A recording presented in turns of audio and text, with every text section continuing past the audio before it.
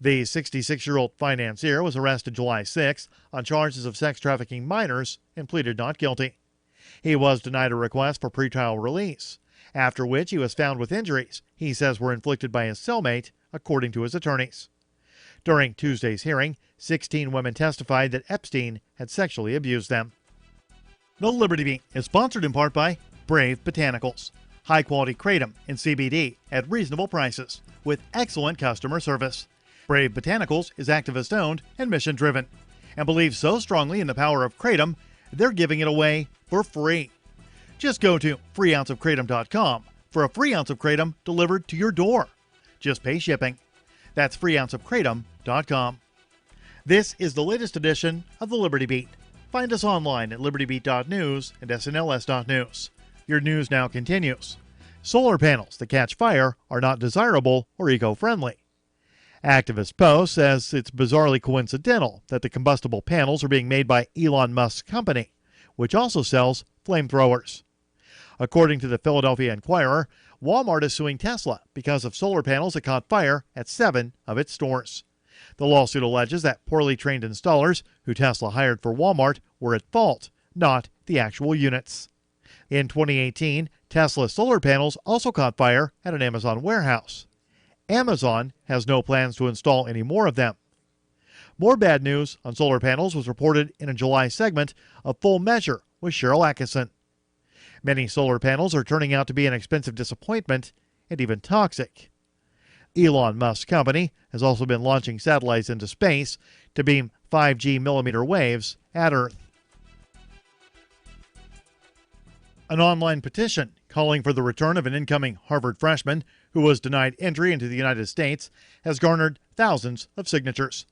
Harvard College Act on a Dream, a student-run organization, launched the online petition Wednesday, demanding the safe entry of Ismail B. Ajawi. As of Friday morning, the petition has more than 5,000 signatures. Ajawi told the Harvard Crimson that he flew into Logan International Airport on August 23rd, only to spend hours in questioning. He said an officer searched his electronics and noted that he has friends on social media who have posted critical statements against the United States. His student visa was canceled, and he was deported. Harvard University spokesman Jason Newton confirmed that university officials were working with the student's family and authorities to resolve the issue. The petition calls upon Congress to act in support of Ajawi and for Harvard to continue working to secure his reentry. Support for the Liberty Beat comes from the Conscious Resistance Network, featuring videos, news reports, and articles from a spiritual anarchist perspective. Experience the Conscious Resistance at theconsciousresistance.com. How would you like to have your business featured on the Liberty Beat? You can. Just send an email to libertybeat@snls.news for details.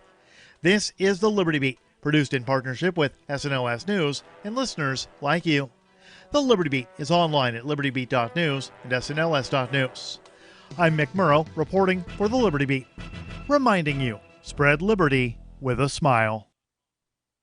Congress today passed a landmark Social Security reform bill they estimate could save the troubled program billions. The so-called Grab Life by the Balls bill includes provisions to cut the cost of cigarettes in half, outlaws helmets, and adjusts the CDC's recommended amount of sleep from 8 hours a night to when you're dead. The bill's short-term initiatives aim to immediately cut Social Security costs in half by replacing senior citizens' monthly checks with vouchers for grain, alcohol, and extreme sports. I got this coupon to motocross over a canyon. Better do my part to help the deficit. Supporters in Congress say the cost will be offset by the so-called pussy tax on products such as sweaters, vegetables, hand soap, and flu shots. America, would you rather die old, broke, and forgotten, or die a mother-f***ing legend? The new program follows in the footsteps of the Life is a Cartoon Medicare campaign, which encourages seniors to run full speed off of cliffs and smoke sticks of dynamite. This is the Onion News Network.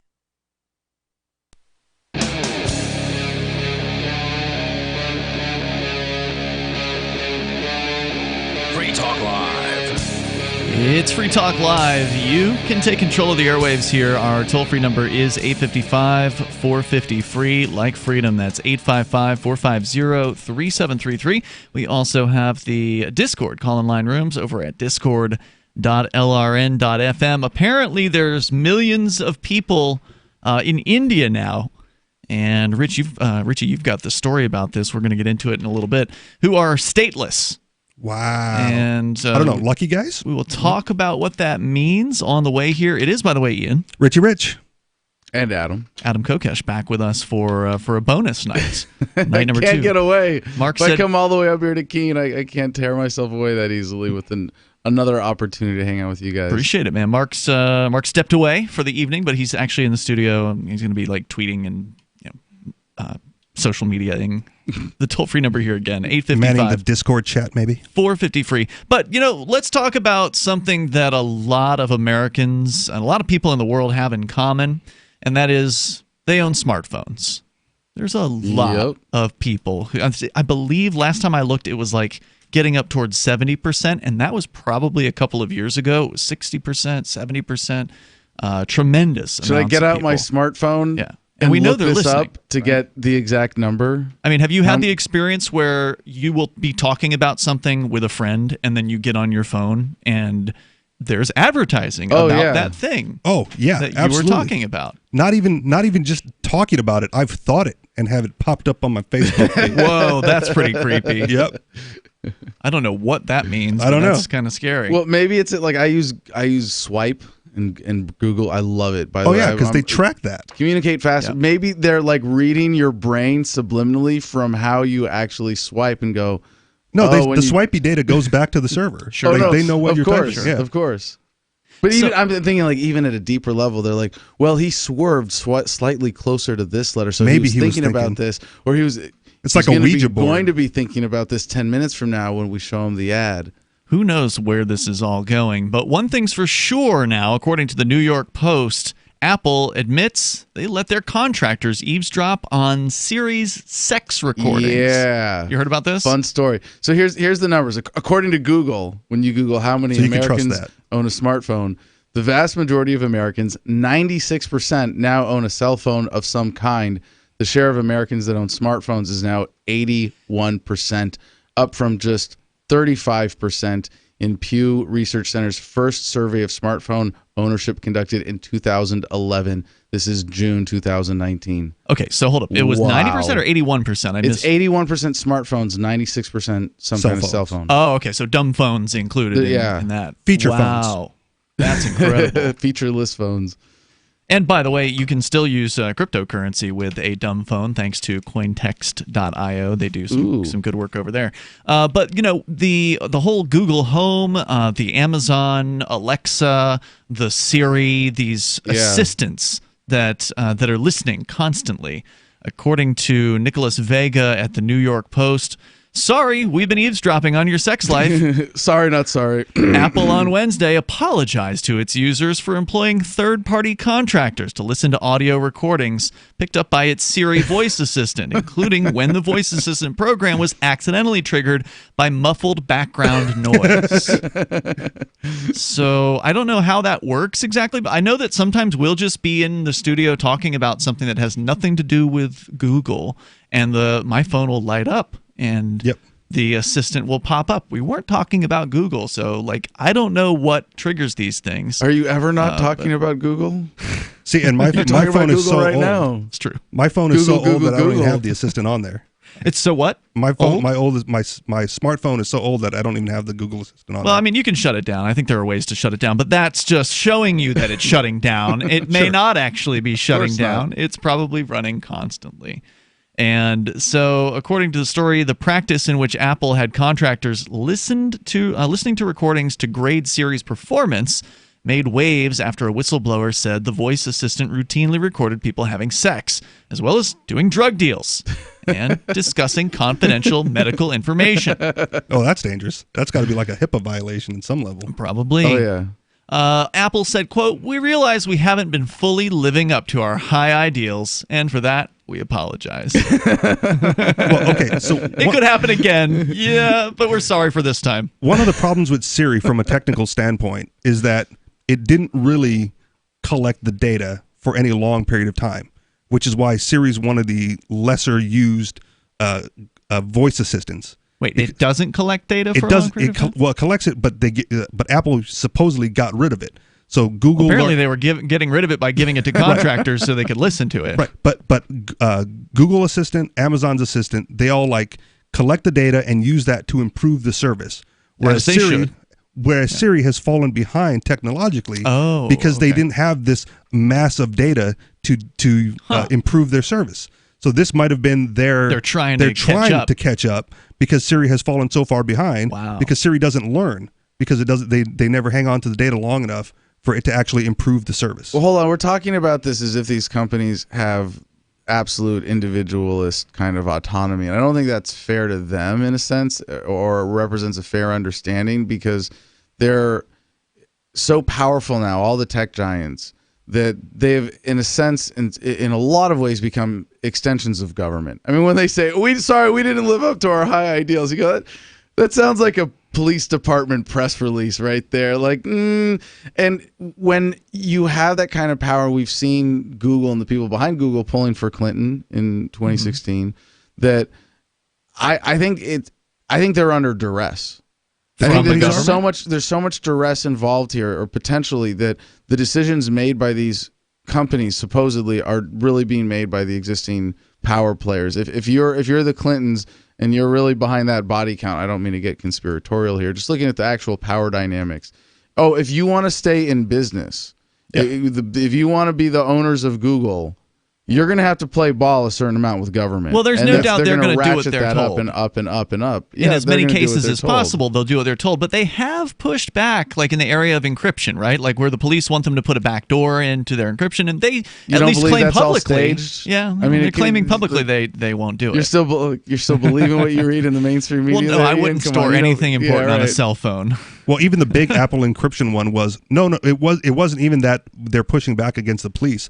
They said, you guys tried too much first and like destroyed the encryption, right? Like you destroyed the data before we could have gotten it off the cloud for you if you would have come to us first and asked us for that data. Really? Yeah, that was Apple's position in. I don't remember the actual the victim involved there, but they said no. We could have provided you the data because it's stored on the cloud, but you guys tried to break into the phone so much that it auto deletes it. So we don't even have it anymore. Wasn't that the Muslim shooting in Southern California where they first became San Bernardino? Yeah, San Bernardino shooting at the government offices. So with all the surveillance stuff, do you really think it's these companies determining the policy, or the data collectors at the NSA?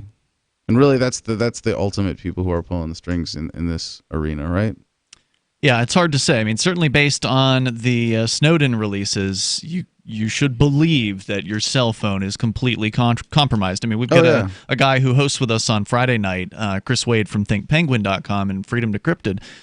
He's like a total Linux privacy geek, like to the max. Like he won't run a program on his phone unless you can actually read the code, and he's actually read the code. Like he's to the max. It's not worth the effort. It's not like for most people, yeah. For me, yeah. But even I don't want to judge for him. But like, wow, that's what it takes. Yeah. But thank goodness people like that exist, because they know what the best software is for privacy and that sort of thing. And the fact is, he'll tell you, you just can't have privacy on a cell phone. Yeah, that's the give up. Like that's the answer is the only privacy you have with the cell phone is when it's not in range of hearing you of a tower, that's right in range of hearing you, right? There's nothing. The only encryption in the world today that you as a common consumer can have faith in has to be end-to-end offline, as in there's an air gap on either side. You encrypt with a device that's not connected to the internet. You thumb drive it to a device that is. You send it over the internet to one that is, and then it's thumb drived through an air gap to be decrypted. Other than that, you can never be certain, because no device connected to the internet as we have it today you can say is 100% secure. The toll-free number, if you want to join us, 855-450-FREE. It's the live Sunday edition here of Free Talk Live, 855-450-3733. You can take control of the airwaves. This is Free Talk Live. More coming up. Do you like going to your job every day? If you have your own business, can you set your own schedule and take long vacations whenever you want? Are you free to do whatever you want in your dating or sex life? Probably not. There's another way to live. I'm Caleb Jones, and my staff and I have taught hundreds of thousands of men how to create low-work, high-income, location-independent businesses. and how to date women under your terms. Go to freelifeinfo.com to download 7 free books and podcasts so you can live a life like this too. Is oral health important to you? If you don't like your own teeth, fresh breath, or kissing people, then by all means stop listening. Several years ago, I met Jessica Armand, founder and CEO of My Magic Mud, and I became passionate about the product that she created and never want to live without it. It's clinically proven to whiten teeth, but I find it does much more. They want you to love My Magic Mud as much as I do, so they're giving you a money-back guarantee plus 20% off. Go to mymagicmud.com and use coupon code FTL20 at checkout. mymagicmud.com, FTL20.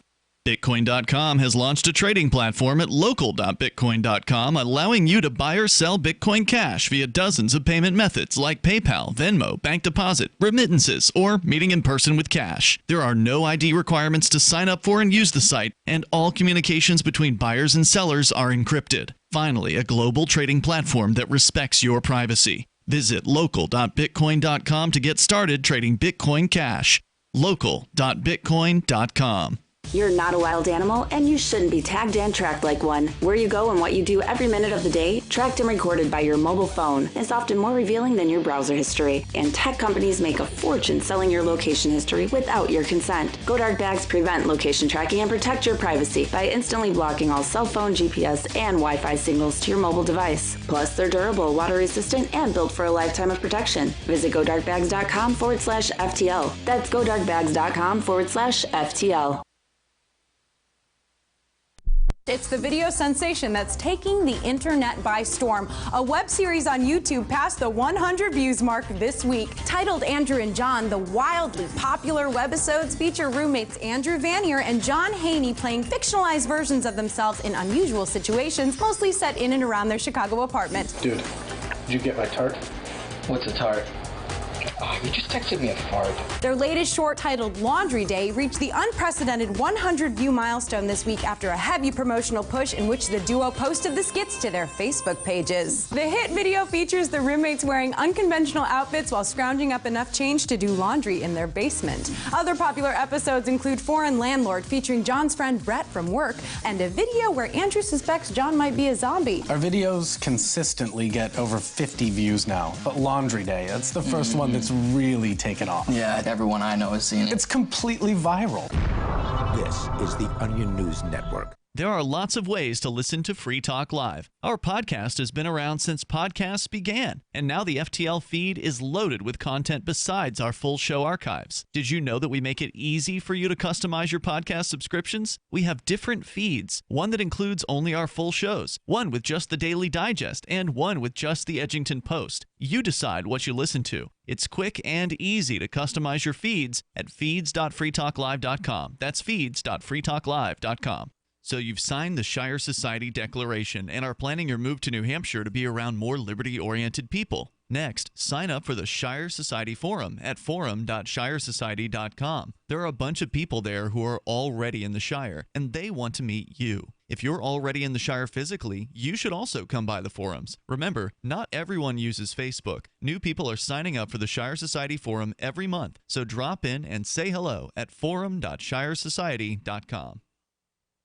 Join the LRN.FM Discord for live chat 24/7 at discord.lrn.fm. That's discord.lrn.fm.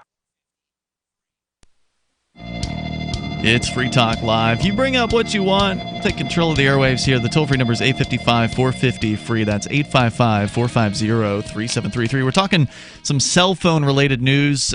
Siri, which is Apple's assistant on their devices, apparently has been recording people having sex. Now that's probably true also of the Alexa and all the other ones. And so, but Apple's now saying they're sorry because they let a contractor listen to the recordings. So they're not saying that the recordings aren't going to be made. They're not saying they're going to stop this policy. What they're going to stop doing is letting contractors listen to the recordings. So according to the New York Post, Apple said they will only allow its own employees to review the audio recordings. So now you can rest easy. So they hire the contractors, make them employee status, and just let them continue doing what they're doing. Yeah, they could totally do that. Yeah.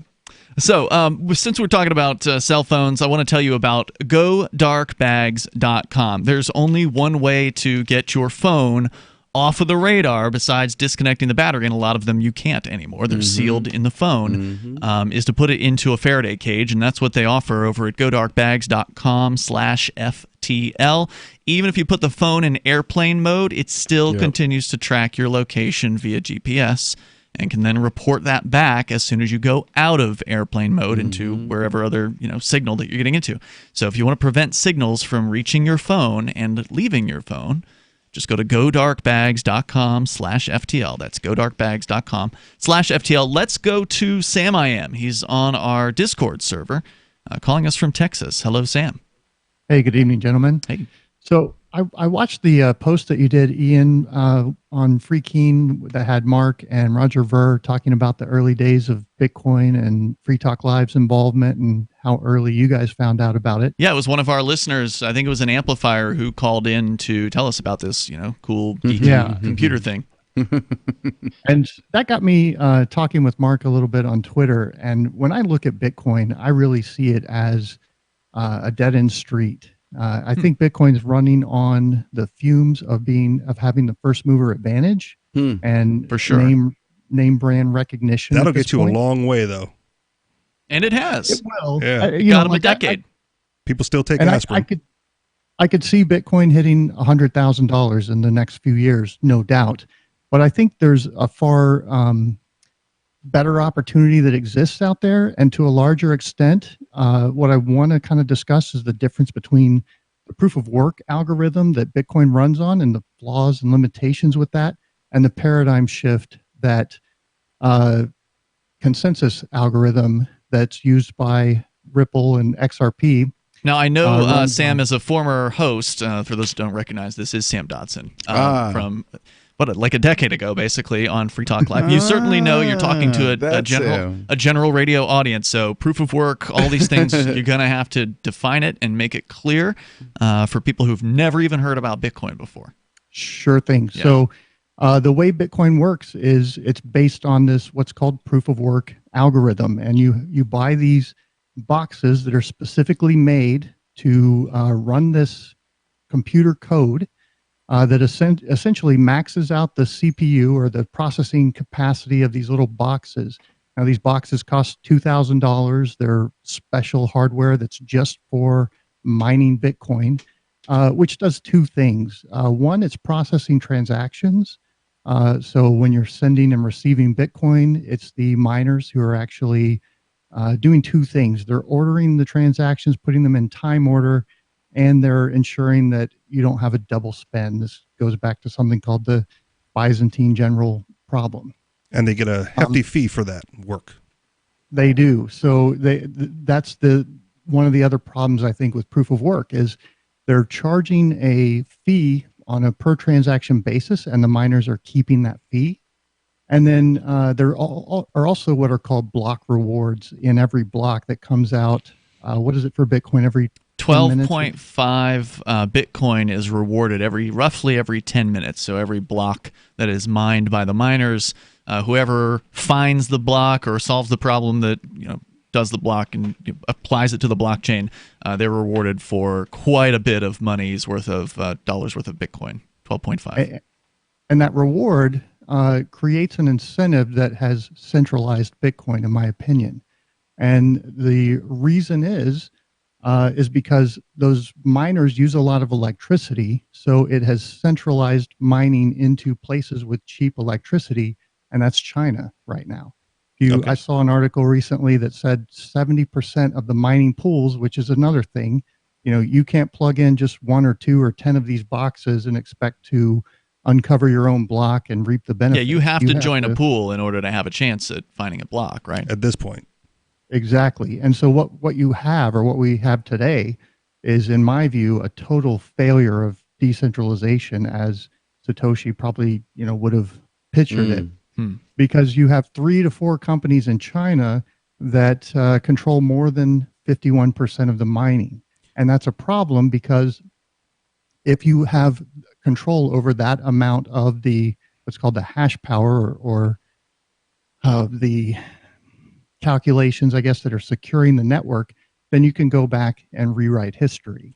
Can we at this point, with you called it a total failure, can we just say that the market has spoken, considering the environment that Bitcoin exists in?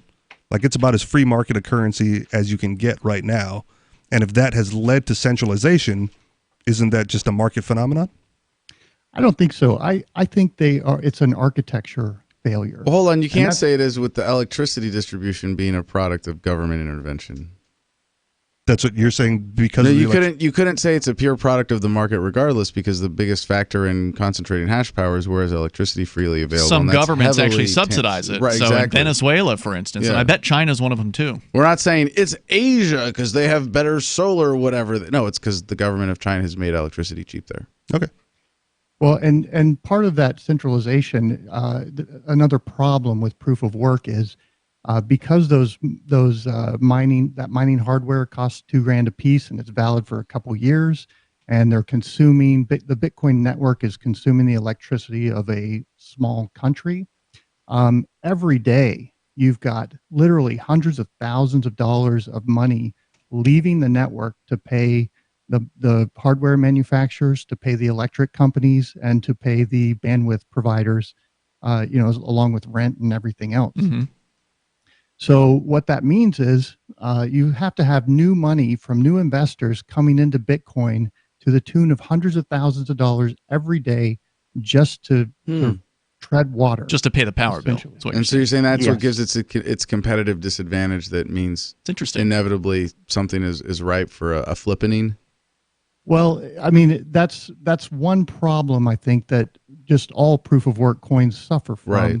And with Ripple, with XRP, with the XRPL and the consensus algorithm that it runs on, you don't have any of that. The fees actually get burned so that the value, instead of exiting the network, is being returned to the existing holders. It's kind of like with fiat, when they inflate, they steal the value from all the existing dollar holders. Well, if they were to burn dollars, that value would return to the dollar holders. Now, isn't one of the strong... I presume you've got a little more time to talk about this, because, so stand by if you would. Sam is with us here from Texas, talking about how he believes Bitcoin's got some serious problems, and he's a Ripple fan, which is... Isn't that also centralized? At least that's what I've heard. I'm sure Sam's going to have an answer square to that one. So we'll find out. 855-450-FREE, and that's 855-450... And who is Craig Wright? 3733. Satoshi. Free Talk Live.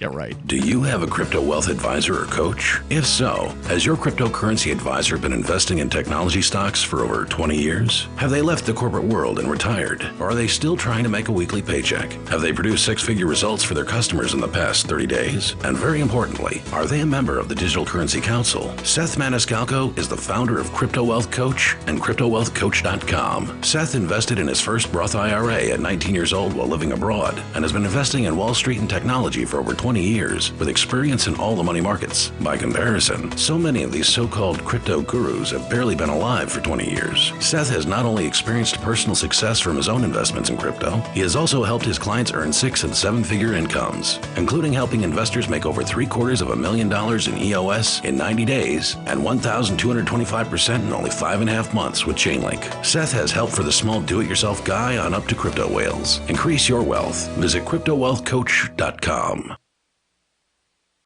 Since time began, tyrants have taken aim at personal liberties. Now there's a movie that aims back. The government has no more right to tell us what to put in our bodies than they have to take our guns or tell us what books we can read. 6 drug police were eaten by bears while raiding a marijuana farm. On your knees, you dirty hippie! Jesus. On your knees! What's the problem, officer? Today, many cops who enforce pot laws do so only because it provides them with cushy jobs, good benefits, and a chance to push people around. I was an undercover narcotics officer. The drug war is nothing but a farce. The Second Amendment says you gotta keep you and your gat intact.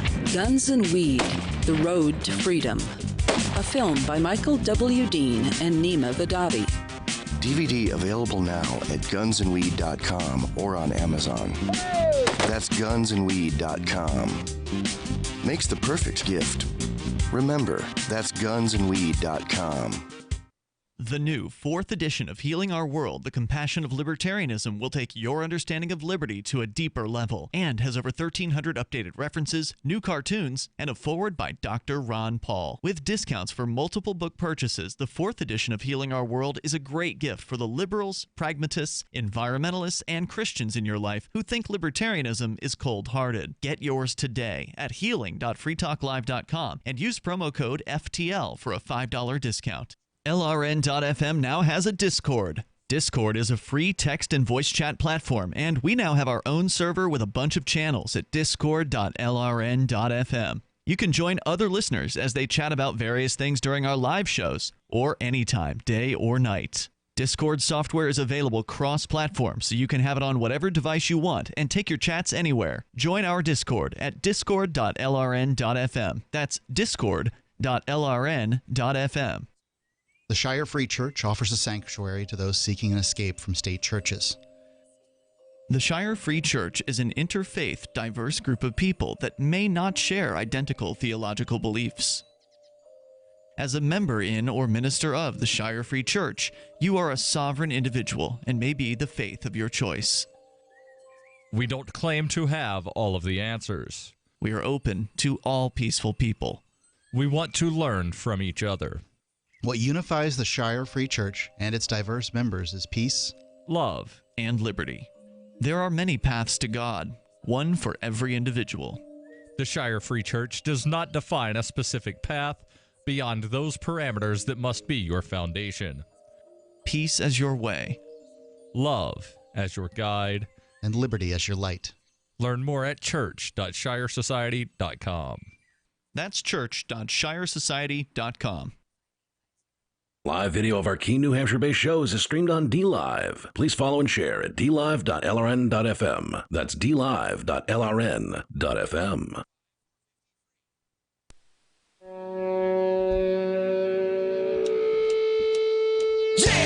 Yep, it's Free Talk Live. You can bring up what you want. The live Sunday edition of the program here. Our toll-free number is 855-450-FREE like freedom. It's 855-450-3733. We started out talking about Siri and sex recordings. If we get the chance, we can continue that. There's more about India and people becoming stateless there. We'll get into that too. But we've got Samiam on the line from Texas. He is a critic of the original Bitcoin, BTC, that started everything back in 2009. That was created by Satoshi Nakamoto. Still, no one knows to this day who that actually is. There are a few different claimants. There's also that Pakistani guy who believes in numerology. Did you hear about this one? I've not seen that one recently. Yeah, he's the latest guy that came out and like. That was a pretty quick pass, though, wasn't it? You know. I mean, Craig Wright's way better at milking this stuff. He is. Yeah, he is. So local.bitcoin.com, one of the sponsors here, wants you to check out Bitcoin Cash and buy and sell it. As a matter of fact, you can do that with dozens of payment methods over at local.bitcoin.com. They just launched this site back in June, so it's pretty much still brand new. And you ought to check it out, local.bitcoin.com. The nice thing about this platform is there's no ID requirement to get on the site and create an account. And that's because the site itself never actually holds the Bitcoin Cash. You keep that in your wallet, and then they use smart contracts to actually conduct the sale. So the site itself doesn't touch the funds, and that means they don't have to ask for your ID, which is pretty cool. And that also means they're encrypting communications between buyers and sellers. So if you're looking for an actual global platform that respects your privacy, look no further than local.bitcoin.com. We go back to Samiam from Texas. Sam, you were just, you'd criticized the proof of work that secures the Bitcoin network as too costly, basically. It's just an overhead that's unnecessary. It's more centralized. And you then just at the end of the last segment kind of brought up Ripple. I happen to know from following you online in the last few years that you've become quite a fan of Ripple. Now, as I understand Ripple, and I probably don't understand it well, I'll admit that, it was created by a corporation, and I believe, didn't they create it before Bitcoin?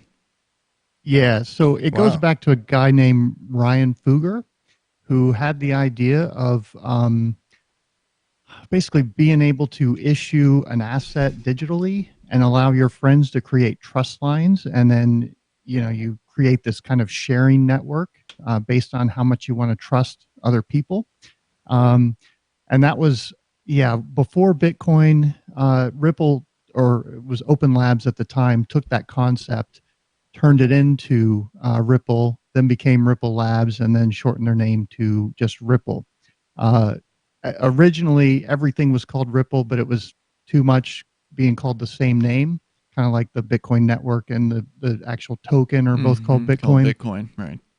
So they changed it to, over a year ago, changed it to XRP, and the network that XRP runs on is the XRPL, or the XRP ledger, which is also a decentralized exchange. So, for instance, if you wanted to open the Bank of Ian and issue grams of gold or silver digitally, you could do that.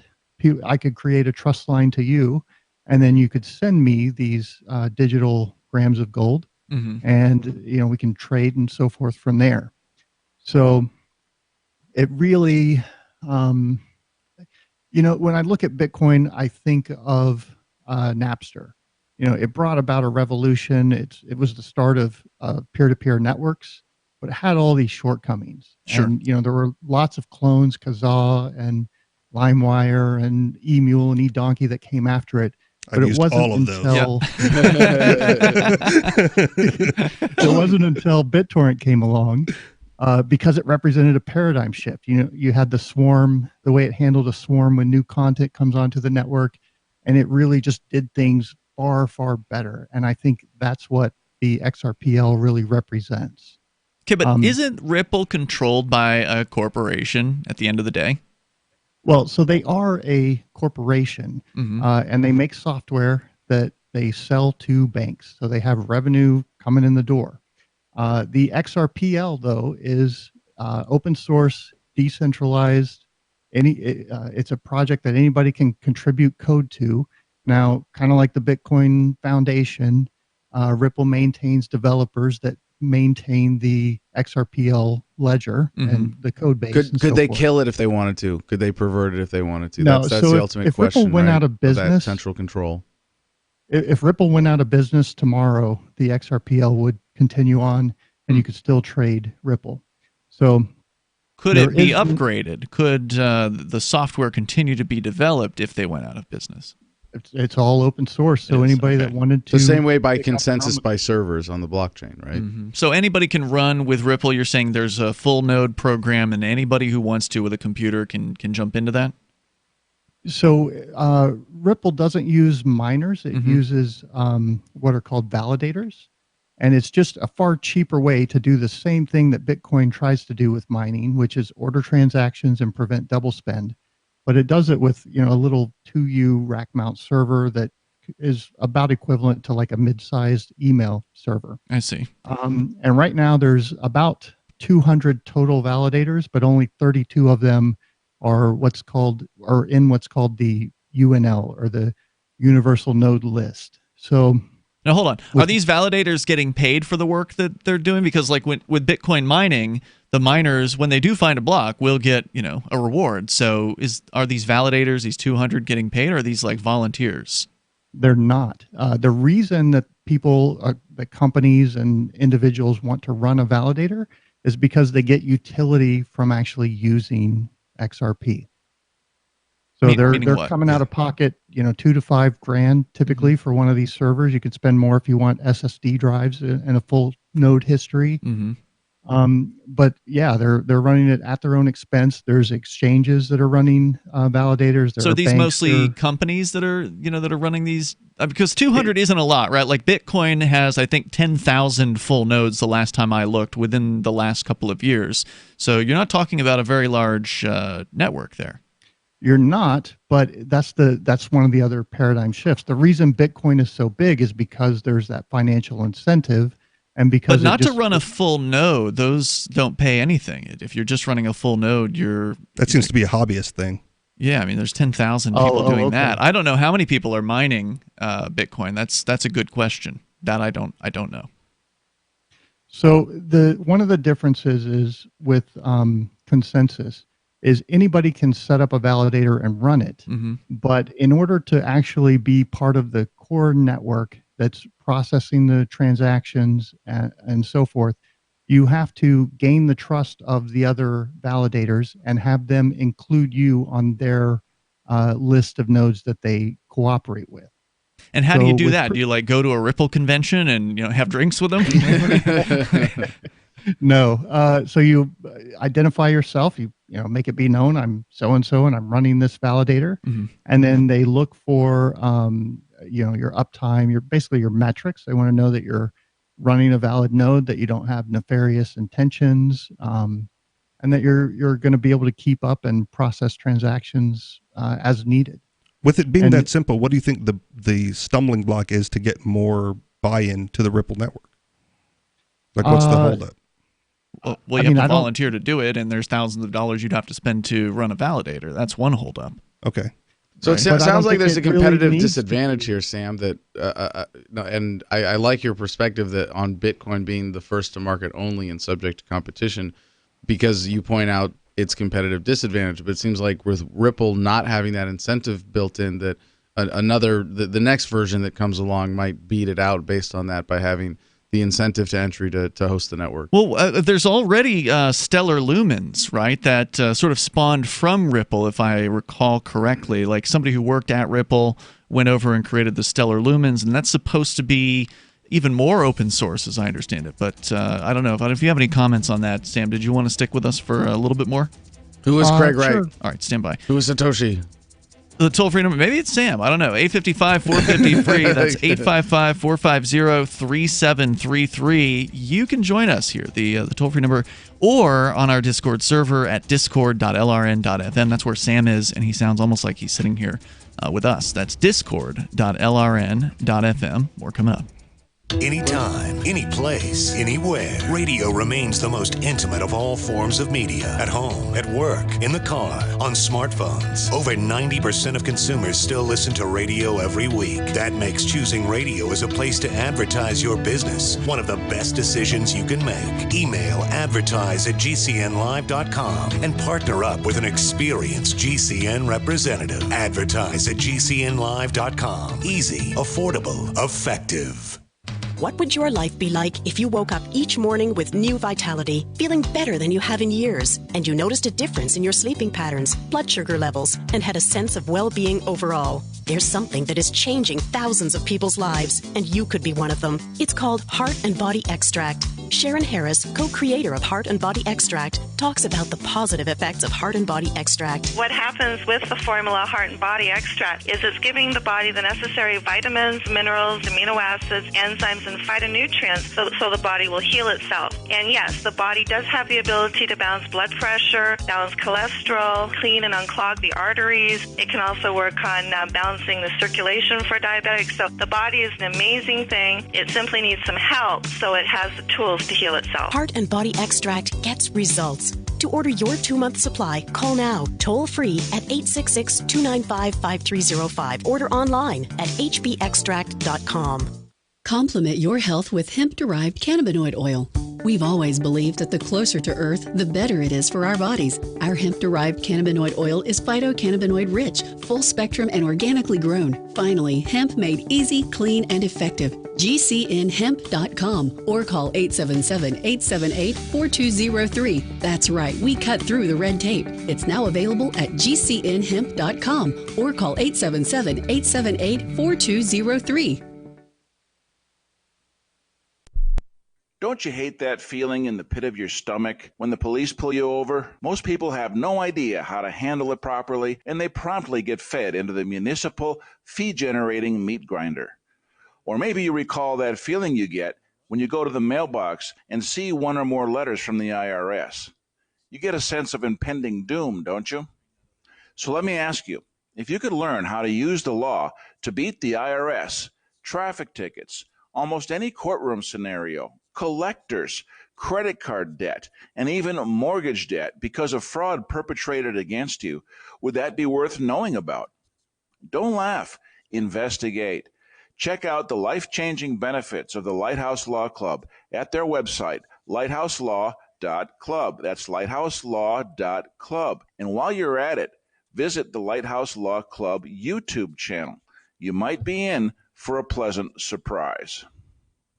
The LRN.FM social media channels have been revamped. We've eliminated Facebook and focused on other platforms like Twitter and Mastodon, the decentralized alternative to Twitter. On our accounts, you'll find posts from multiple LRN.FM show hosts together in one place. Follow us on Twitter at twitter.lrn.fm, or better yet, move to the decentralized Mastodon social media platform at toot.lrn.fm, toot.lrn.fm. I think you'll like it. Cell 411 is a free app for Android and iOS that replaces government-controlled 911. Cell 411 allows you to preset a group of friends or private organizations to show up at any emergency. Cell 411 is a nightmare for the state because it proves their so-called services aren't needed. Cell 411 has had thousands of installs, and of course it's covered by the BIPCOT no government license. Cell 411 because your friends won't shoot you when you're in trouble. Without the government, who would build the emergency services? You and Cell 411. Get it today at getcell411.com.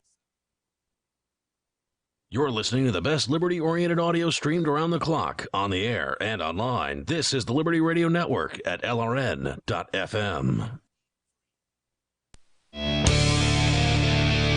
It's Free Talk Live. You're invited to join us here. The toll-free number for you, 855-450-FREE. It's the live Sunday edition of the program.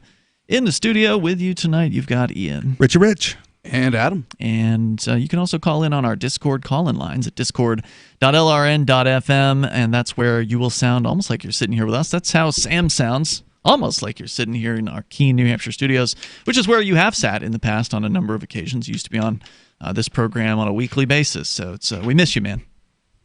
I miss you guys, too. So we're talking about Ripple.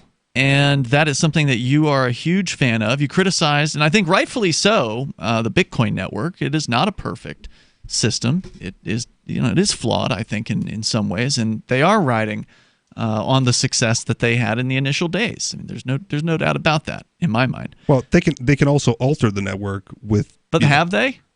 In small increments, yeah, yes. They did segue, the segregated witness, which I'm not even going to start to try to explain because I couldn't even really do a good job of it, and there's no real reason to because it really hasn't done much of anything at all. Right, but it's unremarkable. What I'm saying is if some altcoin, Ripple included, has some special feature that, oh my God, the masses just fall in love with, and it starts to catch up, right? Then the people in control of the code for Bitcoin can vote. They can, but will they? Because again, when you're on the top of the hill, when you're the king of the hill, a lot of times you're not paying that close of attention to what the other little people are doing.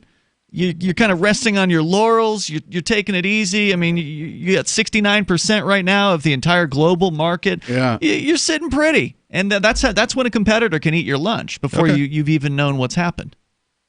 That's what makes it exciting is we don't know if there's going to be like a sort of long-term traditional asset model of competition here, or if suddenly there's going to be a market recognition. Oh, that coin has superior code, and it could all flip. I'm not trying to say I'm any kind of expert here, but I know that it could happen in a relatively short period of time in a way that's historically unprecedented. I mean, you can imagine Bitcoin's market share, but it would have to be all significant altcoins going down to like less than 10%. And something coming out of the blue, and it might be just a couple of months to make that, and that could happen. And we may not have ever heard of it before. Who knows? Yeah, and the problem is with the saturation of thousands upon thousands of altcoins. Like, what is that one coin going to do to distinguish itself significantly from that pack? Kanye coin, that could do it. Right? Libra coin? Libra. I was going to say, what are they going to do? Get Facebook behind it. Sam, go ahead. I'm sorry, you're trying to break in there. Go ahead. Let me add some perspective to what's going to set, I think, XRP apart from Bitcoin. While Bitcoin's struggling to process 7 transactions per second, Ripple's doing 1,500. While Bitcoin's transaction time is, 20 minutes I had one during the bull run that took 2 weeks. Yeah. Ooh, Ripple, XRP is doing transactions in 3 to 4 seconds. Can that volume scale, though? What's that? Can that volume for Ripple scale? Because you can set up payment channels, which can process over 50,000 transactions per second.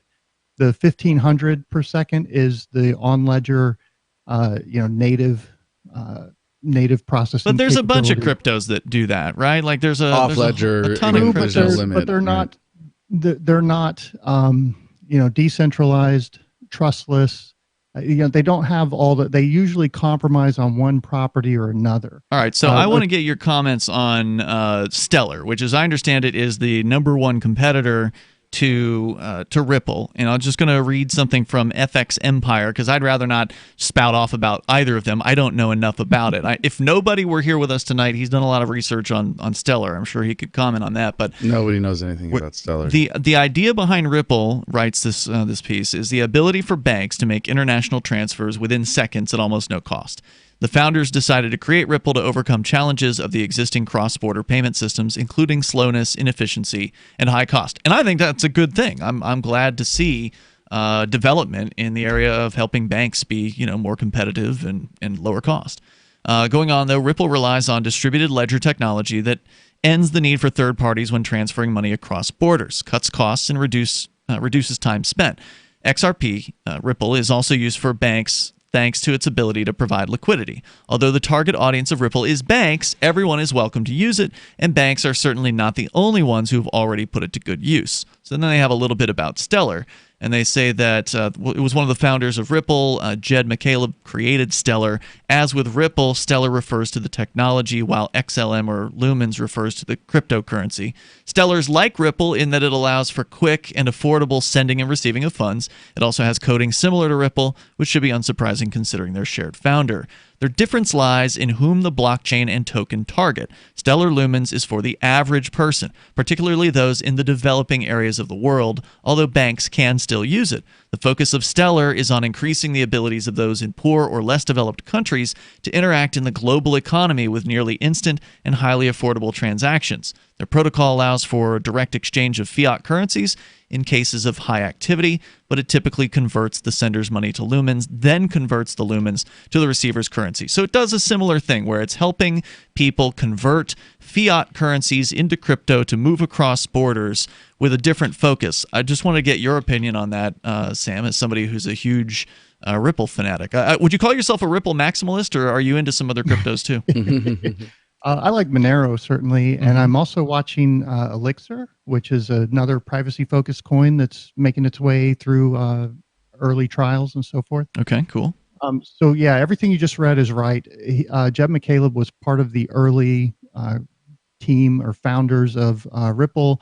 He kind of got sent packing. I think it was probably because of the whole Mt. Gox hack and the disappeared Bitcoins came out of an account that he controlled, but the contract said, well, you can't come after me if anything happens.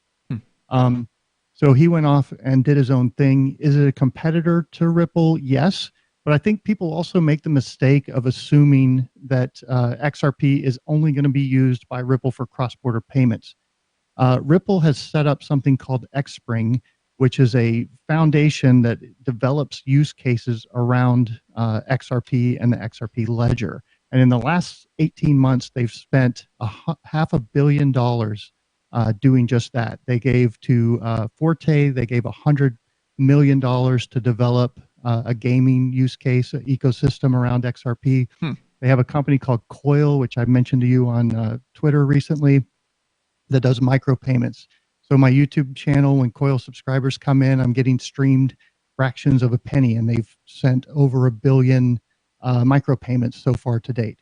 And there's 20 different companies, which is something else that Bitcoin has failed at. I will would like to inject this here, that there were back in the days, earlier days of Bitcoin, there were sites like Watch My Bit that one of our listeners actually came up with, Doug, that was all about paying people for their YouTube or paying people for their videos that they're creating. And that site can't exist anymore on the Bitcoin blockchain. It's just not possible. It's too expensive to send a Bitcoin payment. Well, you know what, Sam, I got to say, I appreciate the call tonight. Do you have any Stellar? I don't. No. Okay. And I lost all my Monero in a boating accident. just like every other good libertarian. It fell to the bottom of the ocean. Was there anything else you wanted to add? No, we'll leave it at that for tonight. All right. Hey, thanks for the call tonight. That's Sam. He longtime listeners will remember him as a co-host here on Free Talk Live. He spent a number of years in Keene doing some just amazing pro-freedom documentary work. And it was actually back in Texas when he lived there prior to Keene, where he kind of got his feet wet doing that stuff, including a really amazing video. I think it was called The Court of Public Opinion. I've watched that, yeah. Yep. That's a classic, pro-freedom kind of inside the courts craziness system. Let's go to Captain Kickass. You're on Free Talk Live watching on Twitch. Go ahead. Hey, what's up, guys? Hey, you're on the air. Hey, I wanted to real quick talk about microdosing. It's kind of like microdosing, except it's when you take a crap and barely anything comes out. That is so unsatisfying. But we can't really talk about things like that on the radio. Captain, my captain. How poetic. Unfortunately, the FCC doesn't like what they call excretory functions when people talk about things like that. Even if it's within the language requirements. Yeah, that's actually that's something that the FCC would probably consider as very offensive. And it's ridiculous, because everybody does it. So it's something that everybody can relate to. I can't remember the last time I microdosed. Everybody poops. Indeed, that's true. So on the way here tonight, stateless people in India. We've got to get into this because a lot of people want to be stateless. That's like a goal. You would think, that's why I think it's interesting. Yeah, in this case, people have been thrown into that status. Yes, I think 2 million. Is what the headline without requesting it. So that'll be a shock to the system. And so we'll get into it. The toll-free number if you want to join us here on the live Sunday edition is 855-450-FREE. That's 855-450-3733. And we've got the Discord on-air call-in line rooms. That's where you can go, by the way, 24/7 and interact with other Free Talk Live listeners at discord.lrn.fm. And more coming up here in moments. Hour 2 is next. This is Free Talk Live.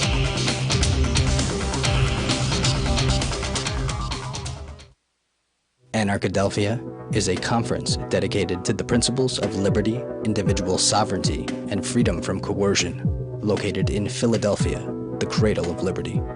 Anarchadelphia seeks to shed light on issues such as geopolitics, blockchain economics, spiritual health and wellness, as well as exposing the Earth's sacred hidden knowledge, featuring Mark Passio, Max Egan, Derek Brose, Jeff Berwick, and many more this September 13th through 15th. For info and tickets, visit anarchadelphia.com. I am giving away $100 in Bitcoin Cash on September 2, 2019. And I'm not giving it away because I like giving away money, quite the contrary. It's because I need a favor. Please go to demo.freetalklive.com and fill out the survey there as thoroughly as you like. There's an optional email slot, and if you put your email in there, you will forever be signed up for whatever prize I'm giving to incentivize people that month to fill out my form. Advertisers need this info on our listeners, so fill it out as truthfully as you can, please. Demo.freetalklive.com.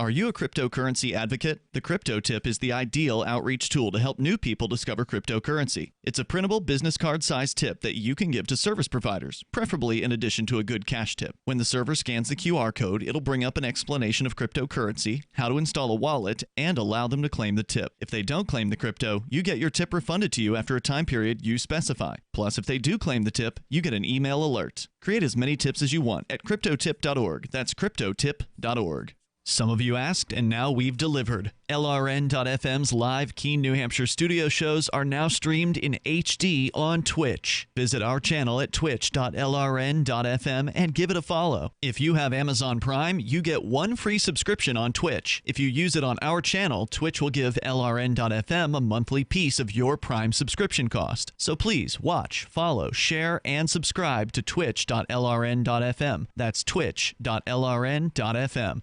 You're listening to the live edition of Free Talk Live. Hour number 2 is next, after the news, here on the Liberty Radio Network at LRN.FM. This is the Liberty Beat, your daily source for Liberty news and activist updates. Produced in partnership with SNLS News and listeners like you. Online at libertybeat.news and snls.news. I'm Mick Murrow with your latest edition of the Liberty Beat. Gold is trading at $1,521, silver at $18.37, and Bitcoin is trading around $9,625. Today's prices are brought to you by InnoScale.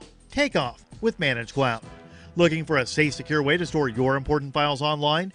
Let InnoScale handle it for you. Their high availability cloud servers are the perfect solution for clients needing one or more secure scalable servers with built-in hardware failover protection. For details, see them online at innoscale.net. In the news, an FBI crime lab is examining 2 cameras from the area outside Jeffrey Epstein's cell, which reportedly malfunctioned the night he died, according to Reuters, citing a law enforcement source. The Mind Unleashed reports the 2 cameras would have had a view into the Manhattan jail cell where, on August 10th, Epstein was found hanging by his bedsheet in what has been ruled a suicide. During a Tuesday court hearing, Epstein's lawyers told U.S. District Judge Richard Berman that they doubted Epstein committed suicide and that the pedophile's injuries were far more consistent with assault than hanging, according to one of the attorneys. The 66-year-old financier was arrested July 6 on charges of sex trafficking minors and pleaded not guilty. He was denied a request for pretrial release, after which he was found with injuries he says were inflicted by his cellmate, according to his attorneys. During Tuesday's hearing, 16 women testified that Epstein had sexually abused them. The Liberty Beat is sponsored in part by Brave Botanicals, high-quality kratom and CBD at reasonable prices with excellent customer service. Brave Botanicals is activist-owned and mission-driven and believes so strongly in the power of kratom, they're giving it away for free. Just go to freeounceofkratom.com for a free ounce of kratom delivered to your door. Just pay shipping. That's freeounceofkratom.com. This is the latest edition of the Liberty Beat. Find us online at libertybeat.news and snls.news. Your news now continues. Solar panels that catch fire are not desirable or eco-friendly. Activist Post says it's bizarrely coincidental that the combustible panels are being made by Elon Musk's company, which also sells flamethrowers.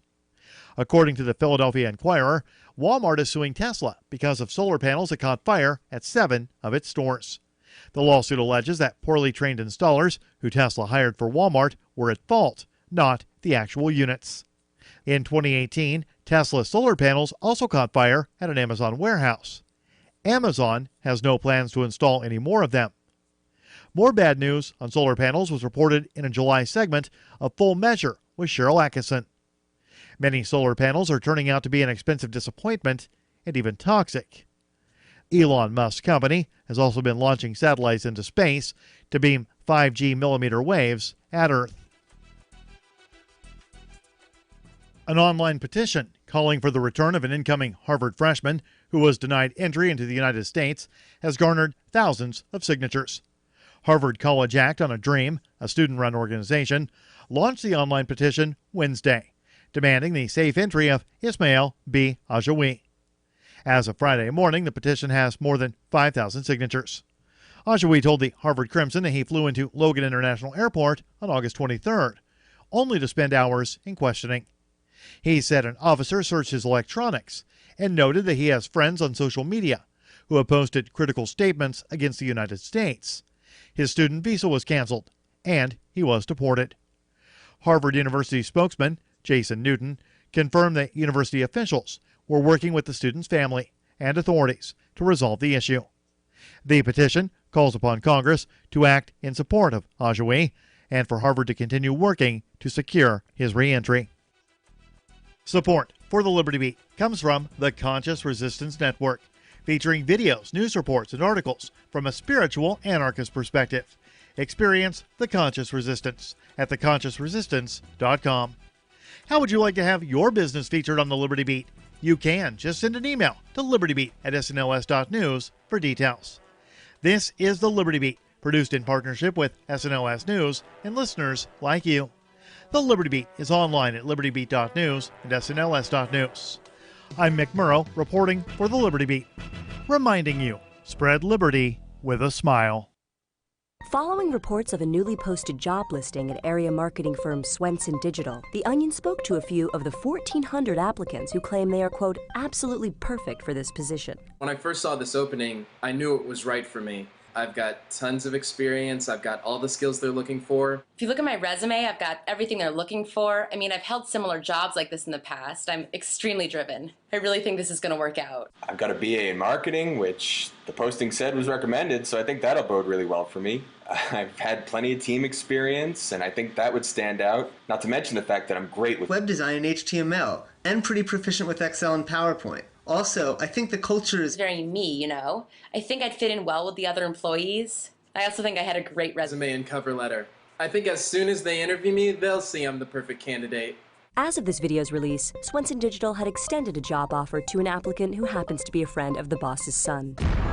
This is the Onion News Network.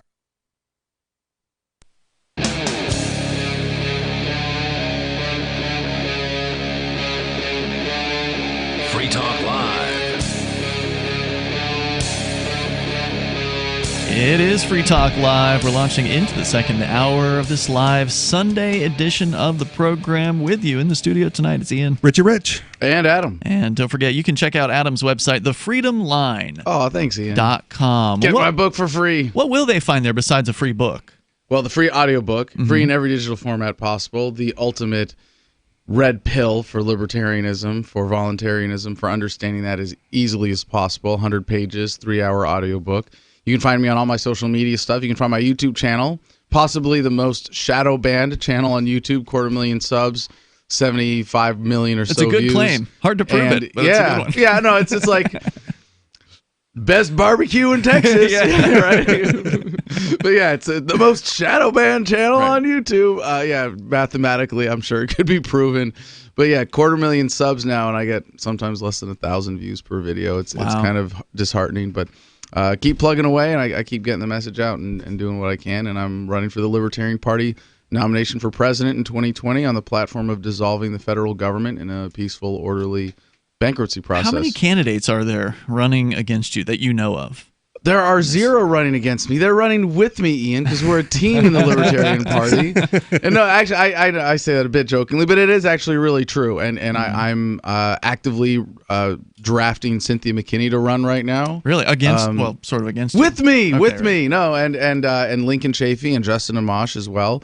Cynthia McKinney is going to be confusing for a lot of people because they don't know her history. That she showed up. I think you were there that year at Anarchapulco. Yeah, and basically came out as I an invited anarchist. her. Right. No, that was you're not giving me enough credit for once, Ian. I not only did I take half credit along with her son for converting her from being a Green Party. She was the Green Party presidential nominee in 2008, 6-term Democratic congresswoman from Georgia, and she came out on stage at Anarchapulco to being an anarchist, and in the no rulers sense, of course. We interviewed her. It was great. Yeah, and it was because I wanted to bring her out to Anarchapulco, and they wouldn't give us another speaking slot for her. So I said, well, I'll just give her most of mine. That's and cool. we did a joint presentation, and it was really cool to say welcome to the community this way.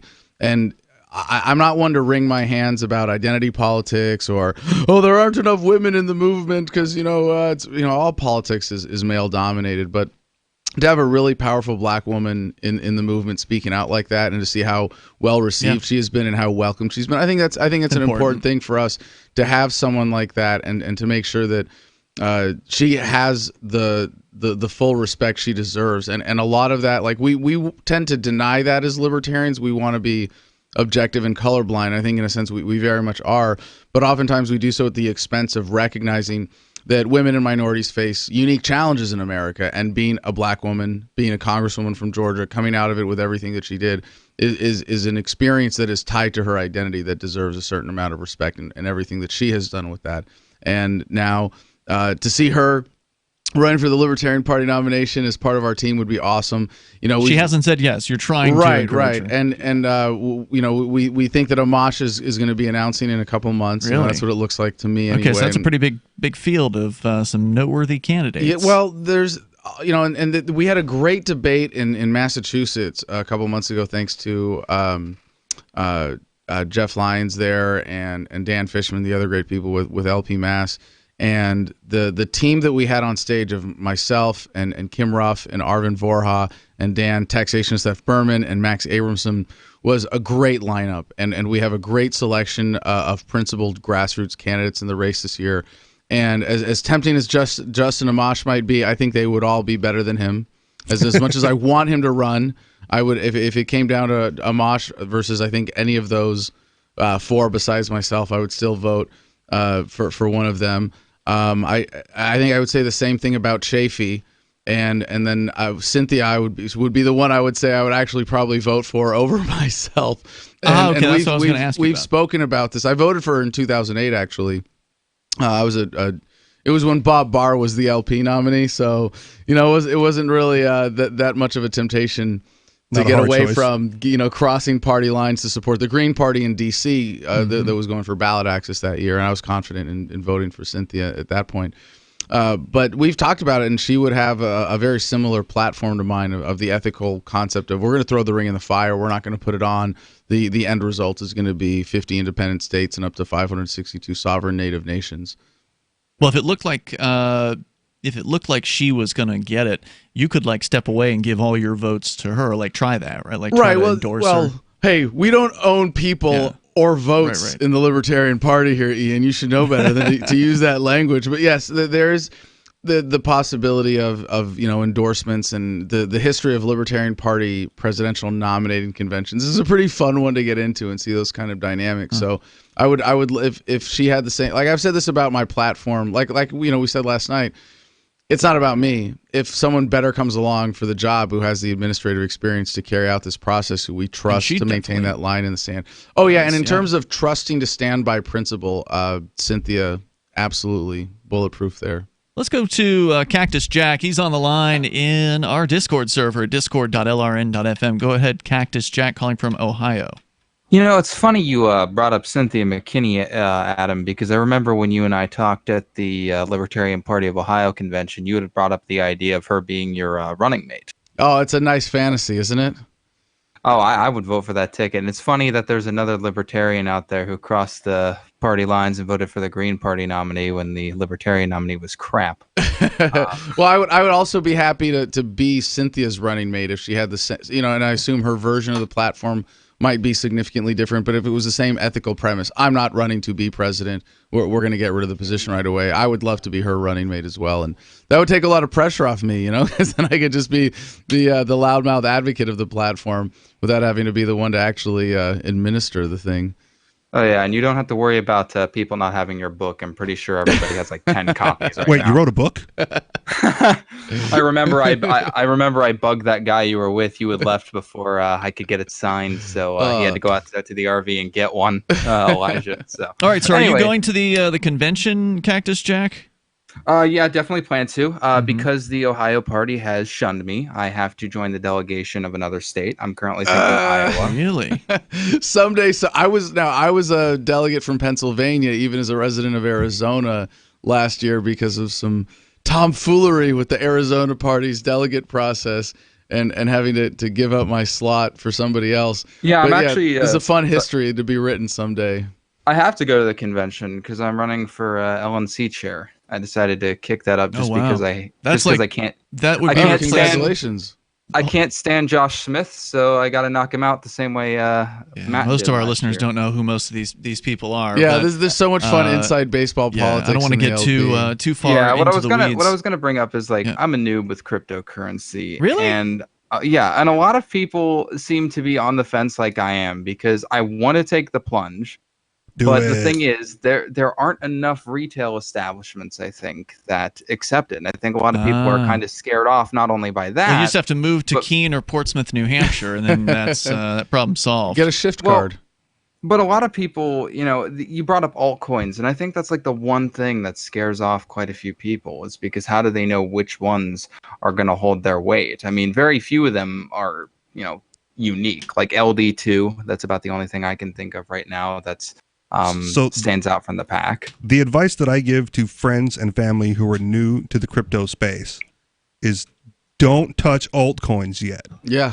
Right? Just get some Bitcoin. Get some Bitcoin, get involved, start to learn about that. And then when you feel like you've graduated and you want to do something with your Bitcoin, aside from, spending it at your local retail establishment, then start to look at some of the altcoins that do something that you believe in, right? I have friends into Monero because it's the privacy coin, and they back that technology. It's one of the privacy coins. It's one of, but sure. This gets to a bigger challenge facing crypto for adoption is that if you think about money, the U.S. dollar, there are people who are end users, and then there are people who get into it beyond that at different levels. And we don't have a clear line of delineation of, okay, you're just an end user, enjoy it, spend it, have a little, don't worry about learning too much, don't care, and there's so many scammers. Oh, you put up an altcoin, oh yeah, buy this, it's Keep it simple. Yeah. Enjoy the basics. Thank you, Cactus Jack, for the call tonight. I appreciate hearing from you. And like I said, if you want to get into the real life cryptocurrency mecca, you got to move to southern New Hampshire. I mean, Portsmouth and Keene are two of the hottest, most businesses accepting crypto per capita on the planet.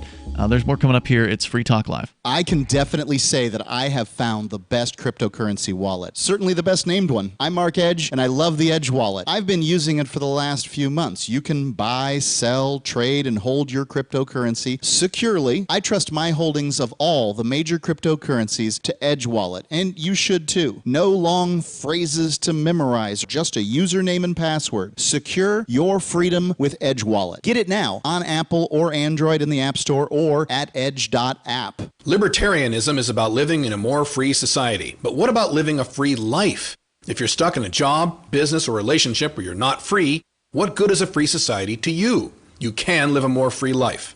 I'm Caleb Jones, and my staff and I have taught hundreds of thousands of men how to create low-work, high-income, location-independent businesses, and how to date women under your terms. Go to freelifeinfo.com to download 7 free books and podcasts so you can live a life like this too. Bitcoin.com has launched a trading platform at local.bitcoin.com, allowing you to buy or sell Bitcoin Cash via dozens of payment methods like PayPal, Venmo, bank deposit, remittances, or meeting in person with cash. There are no ID requirements to sign up for and use the site, and all communications between buyers and sellers are encrypted. Finally, a global trading platform that respects your privacy. Visit local.bitcoin.com to get started trading Bitcoin Cash. Local.bitcoin.com. I am giving away $100 in Bitcoin Cash on September 2, 2019. And I'm not giving it away because I like giving away money. Quite the contrary. It's because I need a favor. Please go to demo.freetalklive.com and fill out the survey there as thoroughly as you like. There's an optional email slot, and if you put your email in there, you will forever be signed up for whatever prize I'm giving to incentivize people that month to fill out my form. Advertisers need this info on our listeners, so fill it out as truthfully as you can, please. Demo.freetalklive.com. Why did you move to the Shire? I moved here to the Shire because there's other people around who take liberty just as seriously as I do. I moved to the Shire because I saw videos of people challenging authority and thought that I could get support myself. It called to me, like, do this, right now. I wanted to be around people like me who got it, and once I got here, I knew there was nowhere else that I wanted to be. I've always wanted to change the world, so I moved to the Shire to join people who were actually working towards doing the same thing. The people here are awesome, loving, and positive. It was for the adventure and for the feeling of something important is happening here, and I just wanted to come to sort of be part of that. Visit ShireSociety.com to read and sign the Shire Society Declaration and learn the reasons why, if you love liberty, you should immigrate to the Shire. Plus, connect with others via the forum at ShireSociety.com. That's ShireSociety.com. So you've heard all 3 hours of the latest episode of Free Talk Live, and you're still hungry for liberty-oriented audio content? Did you know that we have another 24/7 audio stream at LRN.FM? The Liberty Radio Network airs the latest episodes of some of the best liberty-oriented podcasts on the internet around the clock. In addition to recorded content, you'll also hear live shows like Free Talk Live, originating from our Keene, New Hampshire studio. So listen anytime at LRN.FM. That's LRN.FM. Are you tired of your taxes funding endless occupations around the world? Antiwar.com is run by people who understand that wars abroad become wars at home, wars on our freedoms. Antiwar.com is dedicated to bringing you the latest in news, views, interviews, and reviews from the top movers and shakers in the anti-occupation movement. Antiwar.com has it all, from thorough foreign policy analysis to interviews with whistleblowers who used to run the military-industrial complex. Anti-war, pro-free market. That's antiwar.com. Do you love Twitter? Make sure you favorite the LRN.FM Twitter account so you can receive our tweets at twitter.lrn.fm. That's twitter.lrn.fm.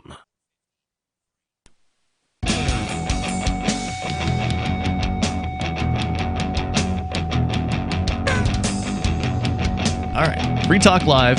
You dial in, you dial toll free here. Our number is 855-450-FREE. If you want to join the show, you can. You can also call us on our Discord server, where you'll sound almost like you're sitting here in the studio with me, Ian. Richie Rich. And Adam. And you can also go to freetalklive.com, where you can find a bunch of features, including our video streams. We're on Twitch, we're on DLive, we're also on YouTube. You can go to twitch.freetalklive.com or dlive.freetalklive.com. And please do follow us on either or both of those platforms.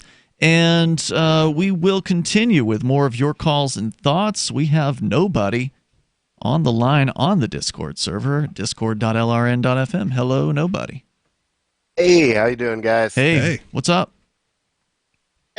I'm running for mayor. That's right. And I think that's a good thing. It's enjoyable, but I've only got a brief window to run, and so I'm thinking about, in the unlikely event that I don't become mayor, what other jobs in government do you think nobody should do? I think nobody should arrest people and put them in jail for drugs. Do you think nobody should arrest people for drugs? Nobody should. Nobody should issue occupational licensing. Yes. Oh, okay. That's a good thing. Yeah, there's a ton of government jobs. Nobody should be in the DEA, that's for sure. Oh, yeah. Nobody should work for the IRS. Yeah, nobody should work for pretty much any federal government agency whatsoever. Well, nobody should work for the government, really, anywhere. People. But somebody's going to take that job, so nobody might as well do it. Well, this actually comes back to a conversation we were having off the air tonight about the idea of a freedom-friendly person working in a government position. So it's interesting that you bring it up, nobody. Like, is that a conflict of interest? I don't. To me, it depends. If you're a liberty lover, I think, and you have a government job, you should do that job subversively. Okay. Find ways. I mean, if people are using the government to harass their neighbors, you should find ways to obstruct that. Yeah, for sure. You know? Oh yeah, like ransomware. Accidentally put the USB drive in your state computer. Leak some documents. Oh, that would certainly be fun. And yeah, if you become privy to documents where the police force is emailing each other, bragging about their brutality or whatever, expose that kind of thing to the public. Nobody should handle all FOIA requests. I'm all for anarchists taking government jobs. All for it. Okay, so Richie, you would disagree with this. You were making, I don't want to put words in your mouth, but during one of the breaks when we were talking about this, it sounded like you thought that was going to prop up the system. I could get behind nobody's case for how to do that job. Mm-hmm. My disagreement is liberty-minded individuals taking state positions because they happen to be the best job available, right? Like, I can't make the kind of money in the private sector, so I'm going to go make my money in the public sector doing the public sector things. Somebody's got to do it, so it might as well be me. And in the grand scheme of we don't want any form of government, maintaining the mindset that it's always going to exist, so I might as well be the one in that spot, I think is detrimental to moving towards a no government system. No, I disagree. I have a slightly nuanced position, sort of kind of in between these, which is that, like, if you take the example, say you live under a government that completely took over everything around medicine, and you just wanted to be a doctor. Well, you shouldn't not be a doctor and let there be no doctors in society because government has taken over that sector. So to your point, Rich, about if there's an economic incentive, well, it's the best job available. That by itself, that's not enough of a criteria. So I wouldn't endorse that. Well, it's the best job available, so I'll take a government job. But if it meets the criteria of being ethical in and of itself, okay. If it's a job that the free market would support, and this is somewhat subjective, right? Like, should you not build the roads because you have to be a government employee or contract? No, someone's going to build the roads. Like, it's not that someone would do it or would take the job of pepper spraying protesters, if in a free market, someone's going to build the roads in a free market. Someone's got to run the sewer system. Right. So like those jobs, I think unless nobody does it. Yeah. And nobody can't do all those things.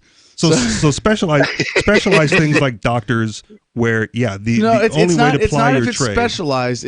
Is it something that the market would provide legitimately? Is it ethical in what you're doing? And if the government has, and there's not a market alternative, You know, it's not like, well, I could work for the city moving trash and get paid the X dollars, or I could work for the private company moving trash and get X dollars. If it's the same, yeah, go with the nonviolent organization. Yeah. But if there's no market alternative and well, the government has taken that. It's the same as we can say, well, the government's taken over all of medicine. The only way to be a doctor is to work for government.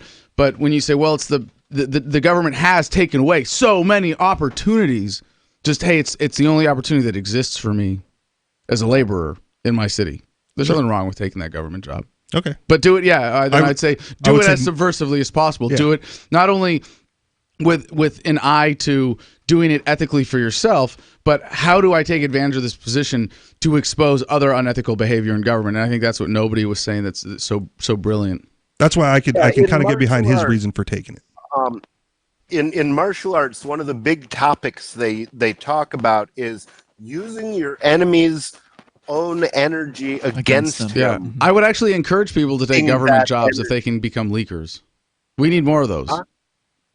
Or monkey wrenchers, people who can put in, kinks into the system. Or like Doug Stano pointed this out about Occupy Wall Street. They were there for a whole year. You know what they could have done at the beginning? They could have gathered people up and said, okay, if you don't have a criminal record, you need to go become a cop. And within a year, they would have owned half the police department that's there, like, harassing them in wherever it was. That's a tough one to be a libertarian. It would be a tough one to do because as soon as they were recognized, I don't think a cop being people who were willing to toe the line, they'd be fired. You have to do what you're told. You have to. There's a period where you have to do what they say before you can sort of get through the tenure process as a police officer. And so if the chief is riding along with you and says you got to arrest that kid for marijuana.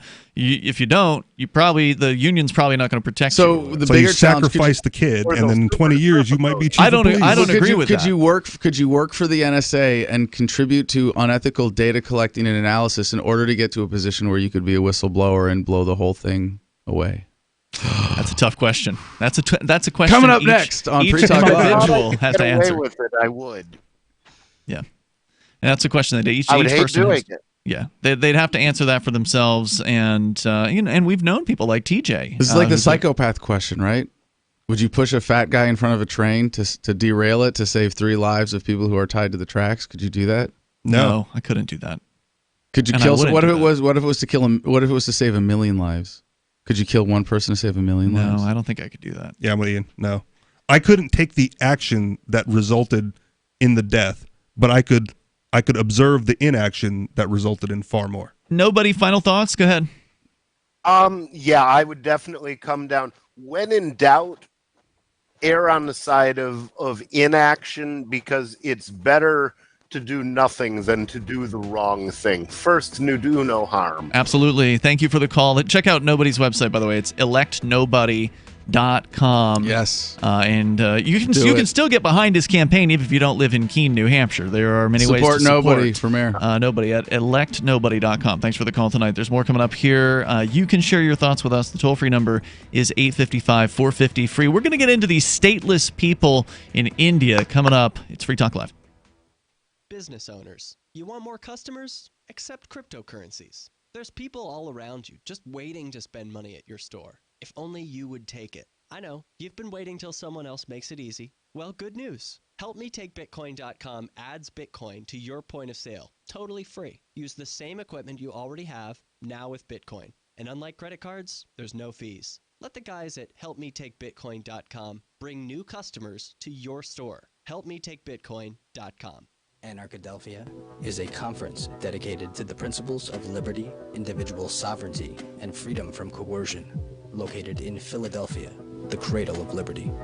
Anarchadelphia seeks to shed light on issues such as geopolitics, blockchain economics, spiritual health and wellness, as well as exposing the Earth's sacred hidden knowledge, featuring Mark Passio, Max Egan, Derek Brose, Jeff Berwick, and many more this September 13th through 15th. For info and tickets, visit anarchadelphia.com. So the protection of life, liberty, and property is what the Free State Project is all about. But it's an effort to move 20,000 people who understand. It's about demonstrating to the entire country that, yeah, we can have a free market, a truly free market. Making it just a freer, great place to live. It's the world's largest voluntarist libertarian community, and it's only getting bigger. That's amazing, to be able to move to a place where other people like passionately believe in being free and independent. What the Free State Project is managing to do, though, is to put their money where their mouth is. It's physically getting up across the country and saying, let's go someplace and let's demonstrate the power of these ideas. There's a lot of kind of philosophy that surrounds liberty. There's a lot of thinking about it and talking about it. But here in New Hampshire, people are doing it. 101 Reasons Liberty Lives in New Hampshire, a documentary by Free State Project Early Movers. Watch it free at 101reasonsfilm.com. 101reasonsfilm.com. Bitcoin.com has launched a trading platform at local.bitcoin.com, allowing you to buy or sell Bitcoin Cash via dozens of payment methods like PayPal, Venmo, bank deposit, remittances, or meeting in person with cash. There are no ID requirements to sign up for and use the site, and all communications between buyers and sellers are encrypted. Finally, a global trading platform that respects your privacy. Visit local.bitcoin.com to get started trading Bitcoin Cash. local.bitcoin.com. If you want to know the latest about Free Talk Live before we go on the air, all you need to decide is how you want it delivered. It's your choice. Visit news.freetalklive.com to receive our usually weekly news updates by email. Plus, we have a Twitter account at twitter.freetalklive.com, and you can follow us on the decentralized Mastodon platform at toot.freetalklive.com. So please follow us at toot.freetalklive.com and sign up for our emails at news.freetalklive.com. The easiest thing in the world for a reader to do is to stop reading, according to the late, great Barney Kilgore, who became managing editor of the Wall Street Journal in 1941 and grew the paper's circulation from 33,000 to 1 million by the 60s. And he'd be pleased to know that his paper is one of the few that people now pay to read online. Someone else pre-internet who realized that attention is fragile? Motown Records founder Berry Gordy. In the early 60s, when his label dominated the charts, he'd bring a dozen real people into the Hitsville, USA studios and audition songs. And he'd ask, if you were down to your last dollar, would you spend it on this record or would you buy a sandwich? Today, attention span seems like an oxymoron. For tips on cutting through the clutter, hit survivalspeech.com. I'm Holland Cook. You can put the Liberty Radio Network on the air in your area. Visit broadcast.lrn.fm to learn how. Broadcast.lrn.fm.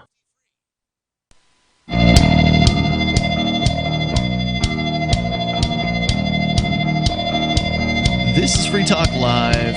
You may join us here. The toll-free number is 855-450-FREE, like freedom. That's 855-450-3733. We have the Discord call-in line rooms over at discord.lrn.fm. Liberty.menu is where you should go if you're an individual who rejects the initiation of force. If you agree to abide by the ethics of the non-aggression principle, you belong over at liberty.menu, where you can list the things that you do. Maybe you've got a business. Maybe you've got more than one business. Perhaps you're a content creator and you want other liberty-friendly people to find out about you. This is the best site that we have seen. And we've been looking for these things for a long time. Mark even at one point wanted to pay a designer to design one. I'm like, wait, there's this guy in New Hampshire. He's done this awesome site. Somebody finally got it right. Liberty.menu is super easy to use, and it's free. So, I mean, there's no reason not to be on this site unless you don't want people to know you care about freedom. And in some cases, you don't want people to know that. But, you know, if you're ready to come out of the closet and let people know that your business is freedom friendly, then get on over to liberty.menu. You can use code FTL, and that'll get you a Free Talk Live listener badge. And yes, of course, there's ratings and reviews, and there's even a bit of a social network so you can connect and share with the others on the site. It's liberty.menu. As we continue with your calls and thoughts here, it's Ian, Richie, and Adam Kokesh here in the studio. We go to David in New Mexico. You're on Free Talk Live. Hello, David. Yeah, taking advantage of Adam's presence to ask him, again, questions that only he's uniquely qualified to answer. There aren't many of those. Well, there's a few, Adam. So you were mainstream politics in New Mexico, and you were mainstream media in... Hello? Yeah, I was just saying, arguably, I mean, I ran for the Republican nomination for Congress and lost handily. And I was on the smaller commercial talk station, AM 1550 KIVA, for 6 months in an unpaid position. Yeah. Right. So you made my point that you were orders of magnitude further involved in the mainstream power structure of the state of New Mexico, which, like I said last night, the FBI has stated publicly is the most corrupt state in the nation. Yep. And you stated last night that you were surprised that it was number one, but you knew it would be high on the corruption list, indicating that you had been aware of some things to make you make that assessment. So please share with us what you did notice in the state of New Mexico that was corrupt activity here in the state of New Mexico, whether it be in government or media or the combination. It's an incestuous. Are you asking for something that he saw personally, like something he witnessed personally, or something he heard about from somebody? And why he didn't do anything about it? Just things that he is aware of. All right. So David, I don't have any unique perspective. I mean, I was there when Martinez was running for governor, and she was very tight in 2010. Okay. And so she was very tight in with law enforcement, and there was the sort of typical, the police are going to endorse her, all the fraternal orders are going to endorse her. I think she was a prosecutor and was very much a law and order kind of politician, Republican, and I was very disheartened to see her win, because there was I think it was Doug Turner was also running against her, and a handful of others. Janice Arnold Jones. Nobody knows who these people are. Yeah, these are New Mexico politician rock stars, and nobody outside of New Mexico knows who they are. I was also running against Ben Ray Lujan, who was the Democratic congressman representing New Mexico's 3rd district, and his father, I forget his first name, but I think it was just Ray Lujan, was the Speaker of the House at the time. I don't know if he still is. And there was, I don't have any so it's like any other state where there's certain families to, but the stuff that I was hearing that I think would be worth someone if they were investigative reporters in New Mexico who want to get into it, some of the manipulation of where they put interchanges in the freeway system to increase property value of people in the Lujan family. But that, of all the crime and grift that happens in New Mexico, that's still like relatively insignificant. Yeah, for sure. Yeah, I think the bigger corruption is from the federal money coming in. Like I said yesterday, the military bases, the national labs, Sandia and Los Alamos. David, thank you for the call tonight. Appreciate it. Toll-free number is 855-450-FREE. Coming up, apparently there's a new law. We can get back into cell phones after we do this, the stateless people, but there's a new law in Texas that is now making it illegal to send unsolicited nude photos. So I'm not moving to Texas. How am I supposed to meet women? What? This better not go nationwide. I'm not dating in Texas. But let's go all the way over to India now, where Richie, you've got a story, and where's this coming from? Who published this? Yahoo News is where I got this one from. Right. What's going on? Stateless people? 2 million people face statelessness as India publishes citizenship list.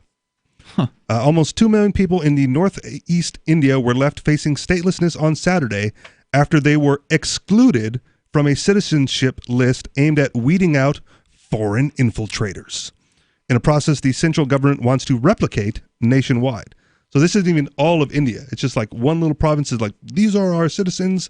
2 million in the one province. Right, and not on the list for whatever reason. So we don't know how many are also not on the list in the rest of India, which according to quick Google has 1.3 plus billion people in it. Right. Okay. So on this one, a total of 31.1 million people were included in a national register of citizens, but 1.9 were deemed ineligible, 1.9 million, deemed ineligible according to an official statement.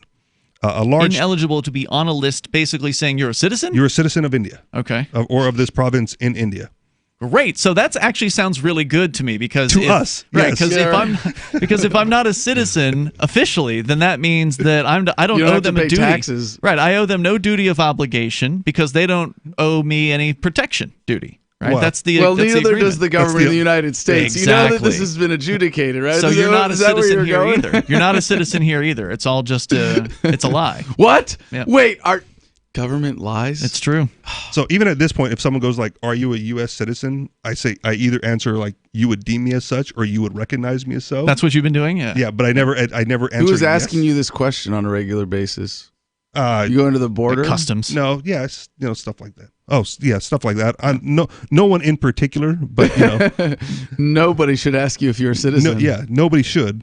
But that's how I've chosen. Right, but that's how I've chosen to answer. Just not in the affirmative, but just basically that. I know who asked judges, right? Because they go like, "Are you a citizen of the United?" When you get called up as That doesn't happen at the state level. What do you mean? Not here. Not in New Hampshire. They won't ask you that. Okay. Well, but maybe at like certain court hearings, like immigration or some other kind of maybe federal would ask you that, but I don't know. I don't think so. No. I don't remember like if it's district court or circuit court or whatever. But in order to... They do that in Hawaii? Yeah, it's part of it. Yeah, I'm thinking when I was in court in Texas last, they call you to the stand and are you who you say you are the resident and citizen of the state of Arizona or something like that. Interesting, okay. Because if you're found guilty, it could affect your immigration status of some sort. Something to that effect. All right, so what happened? Okay, so a large chunk of those excluded were expected to be Muslims. So it gets even deeper. Total coincidence. Shahibul Haq Shidkar, a Muslim college teacher. I'm not sure if I should dump that. Go ahead. I'm joking. I'm not going to do it. A Muslim college teacher was distraught after 2 of his children made the list, but he was left out. Even my father's name is there in the final NRC. That's the list.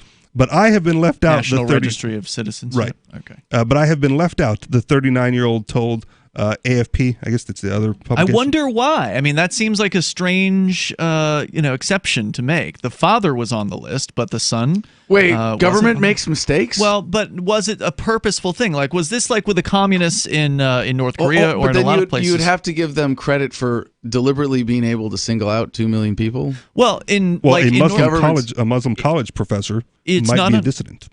Okay, right, and it's not uncommon in places like North Korea. But they're that organized that they could put together a list. They of had 2 lists million under Kim Il Sung, I think it was, and anyway, they had lists of people, and they had a certain categorization for each citizen, so-called citizen in the country, whether you were like with the party or questionable or definitely against the party. Basically, it was 3 categories. 855 450 free. So I wonder if something like that's going on here, where this is deliberate. It's Free Talk Live.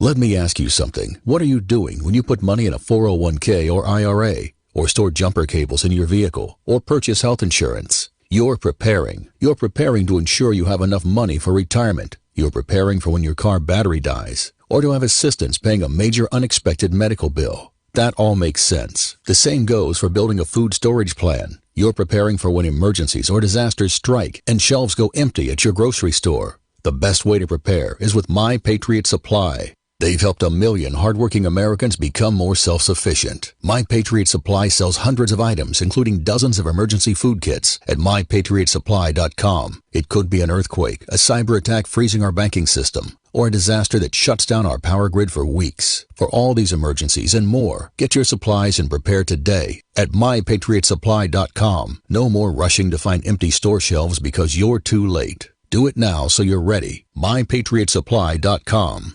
Jake was in big trouble with the IRS. He owed how much? $92,000. Ouch. The IRS left no room for Jake to breathe. They put a lien on my house, took all the money out of my bank account, took money out of my paychecks. So it was a nightmare. He needed help fast. I figured that all these companies were the same until I called Federal Tax Management. You could just tell they knew what they were talking about. Right then and there, I felt like I had some hope. Stop the liens, levies, and garnishments fast and qualify for one of several special IRS programs that could reduce or even eliminate your tax debt. So, how'd it go for Jake? They did what they said they would do. They came through for me. I ended up saving an unbelievable amount. I was so jazzed. I was extremely happy. If you owe more than $10,000 in back taxes, take Jake's advice. Give Federal Tax Management a phone call. If they help me, they can help anybody. Call the Federal Tax Management Hotline now. 800-503-8625. 800-503-8625. 800-503-8625.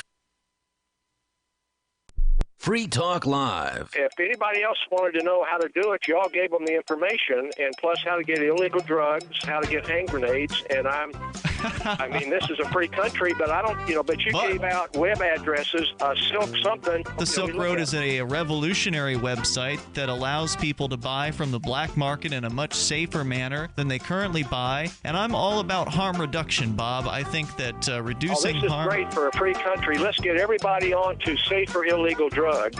Do you think anybody did crack after watching our show that had never done it before? That's part of your liberty, that because it's okay with a lot of people, let's make sure we have it. Let's keep advertising. No, on I this think radio. that it is not my right to tell you what is right or wrong to put in your body, and nor is it your business to tell me what is right or wrong to put in my body or what I'm going to do with my uterus. Free Talk Live, 7 nights a week from 7 to 10 Eastern, live on the Liberty Radio Network at LRN.FM. There are lots of ways to listen to Free Talk Live. Our podcast has been around since podcasts began, and now the FTL feed is loaded with content besides our full show archives. Did you know that we make it easy for you to customize your podcast subscriptions? We have different feeds, one that includes only our full shows, one with just the Daily Digest, and one with just the Edgington Post. You decide what you listen to. It's quick and easy to customize your feeds at feeds.freetalklive.com. That's feeds.freetalklive.com. I'm a little obsessed with My Magic Mud. Several years ago, I met Jessica Armand, the founder and CEO of My Magic Mud, and I didn't even know my teeth were coffee stained. A week's worth of use convinced me, and now I use it every 3 or 4 days. It's clinically proven to whiten teeth, and I think it cleans better, too. My Magic Mud's available at most local health food stores, Sprouts, Natural Grocers, CVS, Walmart's Natural Beauty Aisle, but I can get it for you for 20% off with coupon code FTL20 at mymagicmud.com. FTL20 mymagicmud.com. Help get LRN.FM into more ears. Visit promote.lrn.fm for a free bumper sticker, flyers, banners, graphics, and more. Promote.lrn.fm.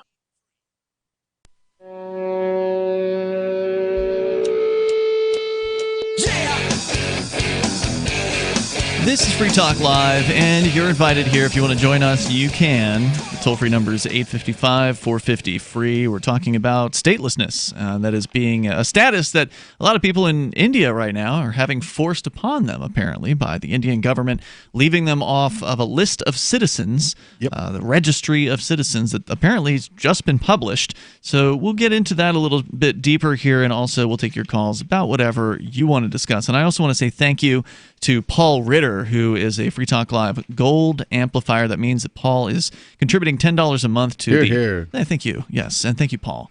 To the AMP program. AMP stands for Advertise, Market, and Promote. If you like the fact that we're heard on over 200 radio stations across an entire week, they're not all on the same night, but over a week, we're on over 200 stations. If you'd like us to get to 300, we can do that. It does take some effort, and money helps with effort. So advertise, market, and promote. That's what the program's all about. So they'll be accepting sponsorship from Lockheed Martin starting next week. This is one of the ways we can avoid that. Exactly. Right? So if money is coming in from listeners, we're not as beholden to money coming in from advertisers. Put your money where your heart is, people. It's actually a way to decentralize the support for this program, and it's one of the critical methods that we've been a success. This is the reason why we've been such a success, is because our listeners got behind us. I mean, they're active and engaged. Right. If it felt like people didn't care what we were doing, then we'd probably have stopped doing it at some point. So and now you only get half the Coke money from the Koch brothers. There was a time when one of their, what was it, AIG or something like AI something. AIE, American Enterprise Institute? One of their, AI. They gave money to some organization that did do some sponsorship on Free Talk Live. Mark's saying it, but I can't hear him through my headphones, so it was Institute for Humane Studies. There you go. Yeah, they did like summertime seminars or something like that. The David Koch Institute has touched everything in media production one way or another too. Like in National Geographic, there's David Koch Foundation sponsorship. If you only had enough that you could be like that, that's amazing. So again, amp.freetalklive.com. We don't ask for Coke money. We're asking for $5 a month. Which if you can afford a fancy cup of coffee or a hamburger or something, you can afford the AMP program. So and you get perks, you get bennies. Amp.freetalklive.com, including one of the newest ones, which is the AMP only call-in line now on Discord. So sometimes we'll get raided on Discord by like some Twitch viewers who are fans of like another channel or whatever. They'll come in, they'll fill up our call-in lines. Well, there's now a line special for contributors to the show, so when the raiders come in, they can't get into that line. So that line's always open for Free Talk Live amplifiers. Go to amp.freetalklive.com. Richie, let's get back into India, where there's what part was it? Northeast? Okay, India? so the actual state is Assam, and it's in the northeast. Yeah, in the northeastern area. I'm not familiar with Indian geography. Me neither. So there you go. It's a big country. Northeast is that way. Up and to the left. Yeah. I mean, up and to the right. Wait, up and to the now you're confusing everybody. It's huge. I mean, this one geography. state has a tenth the size of the American population. Right. I mean, in India's 33 million people in this. gigantic, with over 1.3 billion people in the whole country. It's huge. So Assam, that's the state, has long seen large influxes from elsewhere, including under British colonial rule and around Bangladesh's 1971 war of independence, where millions fled into India. For decades, this has made Assam a hotbed of interreligious and ethnic tensions. Sporadic violence has included the 1983 massacre of around 2,000 people. Security was beefed up in Assam ahead of the release of the NRC, with some 20,000... The NRC is the National Citizenship Registry. Yep.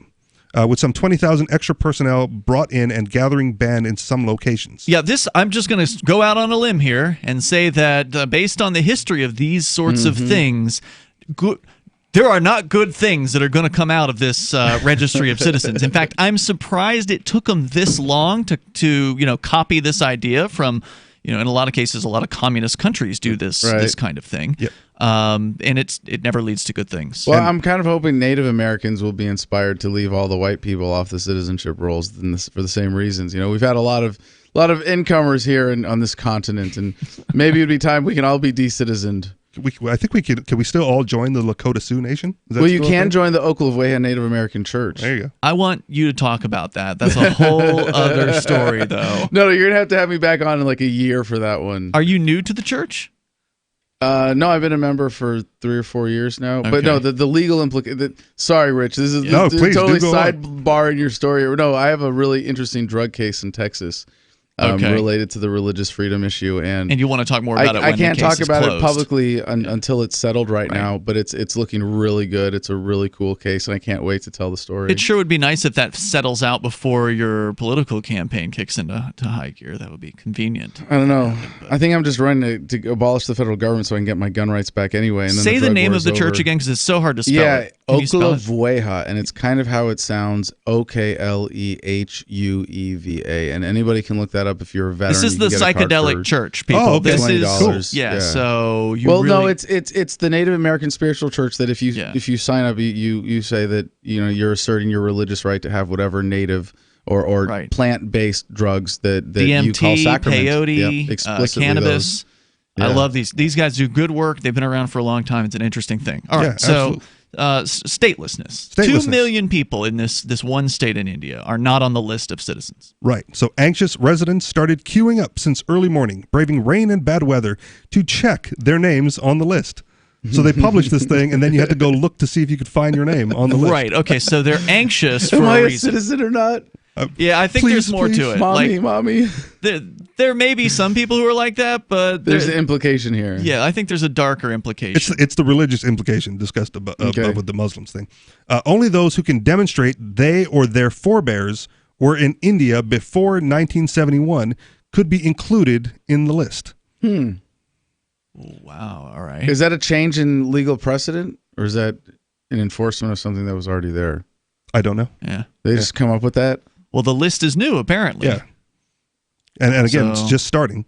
Navigating the complex process is a huge challenge for many in a flood-prone, poor region of high illiteracy where many lack documentation. So you got the poorest of the poor. Right. You can't prove you were there before that time frame. Are you a citizen? What's a citizen? Well, a citizen is, by definition, somebody who owes a duty of allegiance in return for an obligation of protection. That's generally the definition in legal dictionaries. So anybody who chooses to can say, I'm not a citizen. That's the way it should be. I'm thinking in an illiterate rural population, they don't know what that means. They don't even care. Well, they do care because they're queuing up to make sure their name's on the list. Yeah, others are probably just, Well, the ones who, in order to queue up to see who's on the list, you're talking about only the ones who can read. That's right. Yeah. Already the ones who can't read don't care enough to...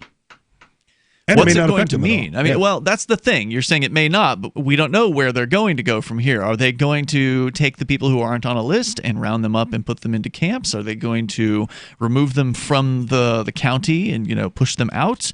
Will they get some sort of second class treatment where they won't be able to, get the same whatever it is that they're looking to get. I got to give you a little quick background on this because I interviewed a woman in Harvard a few weeks ago who was an Indian exchange student for a med program there, and I was asking her about the caste system in India, and she was actually afraid to say everything that she thought about it. Really? On my YouTube channel in the United States. They could come after her. Knowing that as an Indian citizen, she's going back to India after med school to practice medicine there.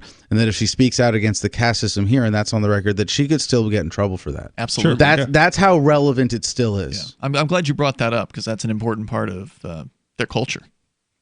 Indian Prime Minister Narendra Modi's Hindu nationalist Bharatiya Janata Party runs Assam, and critics say the NRC process reflects the BJP's, Bharatiya Janata Party, goals to serve only its co-religionists.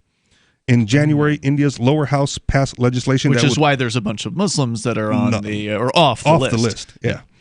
India's lower house passed legislation that would grant citizenship to people who moved to India as recently as 6 years ago, as long as they are not Muslims. Wow. Okay, persecution time. There you go. Yep. This is you've got them being rounded up in China as well. It was, I believe, northwestern China, which is, I'm not sure if that's how close that is. I know they're relatively close together. Do they border each other, India and China? I'm not remembering. I think so. There might to check that. Might be like Mongolia somewhere in there, or is that to the north of China? Because the Chinese government is also rounding people up. Oh yeah, okay. They or is there a bunch of like small little countries in between? Well, I mean Tibet. So yeah, I mean India apparently borders Tibet, which China is going to claim is theirs. Yeah. So. Well, no, it's funny to think about this, that there's this Muslim backlash, still a post 9/11 phenomenon in the United States, and we know how there's this weird phenomena in the world of other countries making poor facsimiles of American culture. It's like, no, we were going after Muslims. No, not like that. We just didn't want to let them in the country, not like execute them in mass numbers. No, slow down, China, slow down, India. No, they're just putting them in camps. They're just putting the. Oh, okay. Well, there's no executions. Oh no, it's just camps. Don't worry, that's never happened before. They're going to have David Hasselhoff in the background as a soundtrack while they're rounding up the Muslims. 855-450 free allows you to join us here. Hour number 3 is coming up. You can. It's Free Talk Live. What is it costing you in vet bills for that convenience of just pulling open a bag of formulated, extruded, processed cereal bits that cost a ton of money anyways?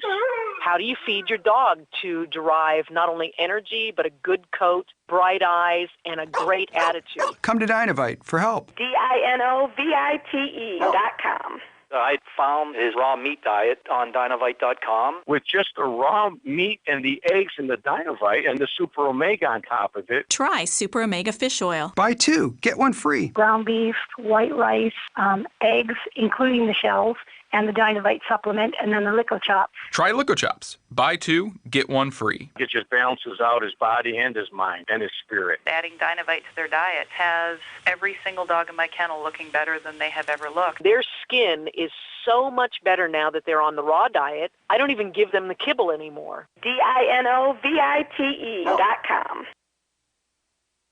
There are basically two types of advertising: direct response and branding. Radio's great for direct response with its low cost to listener ratio, but audio can't be beat for branding, which is a longer-term endeavor. You want to be the first thing that someone thinks of when they think about your product or service. If you have a local business that you want kept top of mind in your community, call the station. If you need national reach, Free Talk Live's got around 200 radio stations, millions of monthly listening sessions, can suit all budgets, and if we don't think we're right for you, we'll tell you. Email me, mark@freetalklive.com.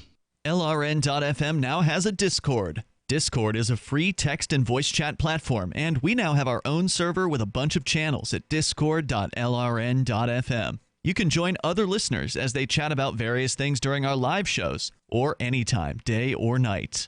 Discord software is available cross-platform, so you can have it on whatever device you want and take your chats anywhere. Join our Discord at discord.lrn.fm. That's discord.lrn.fm. You're listening to the live edition of Free Talk Live. Hour number 3 is next after the news here on the Liberty Radio Network at LRN.FM.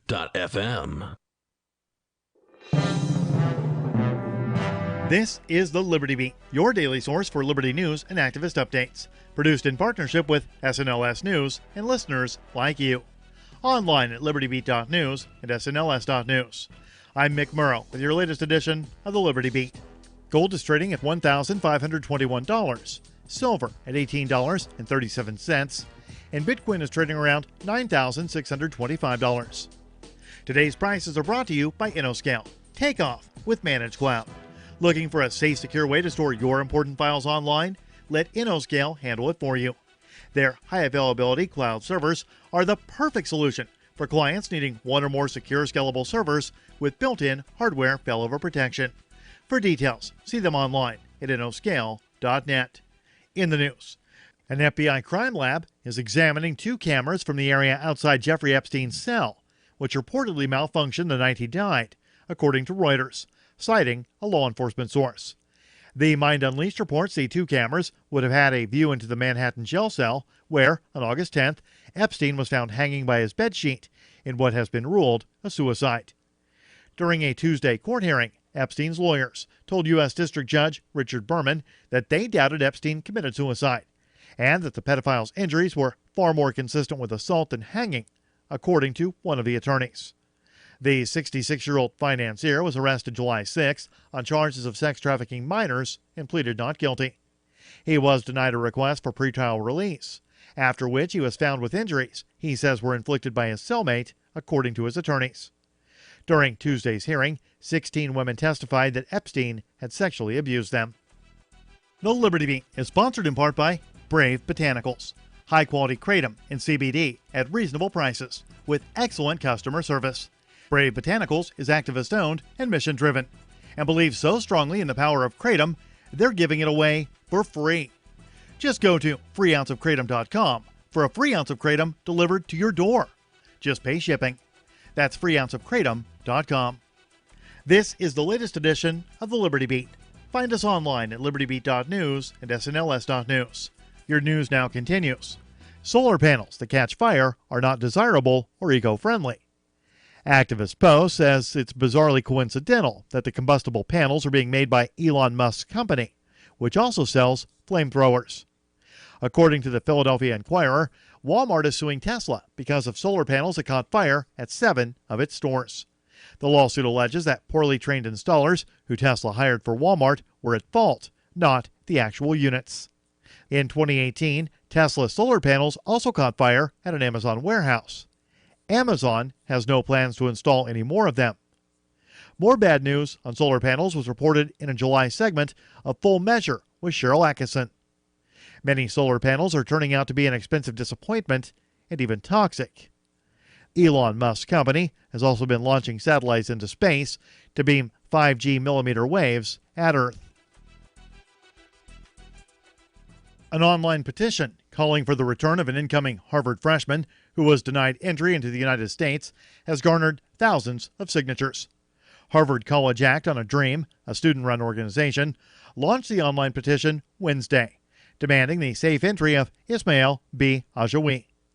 As of Friday morning, the petition has more than 5,000 signatures. Ajawi told the Harvard Crimson that he flew into Logan International Airport on August 23rd, only to spend hours in questioning. He said an officer searched his electronics and noted that he has friends on social media who have posted critical statements against the United States. His student visa was canceled, and he was deported. Harvard University spokesman Jason Newton confirmed that university officials were working with the student's family and authorities to resolve the issue.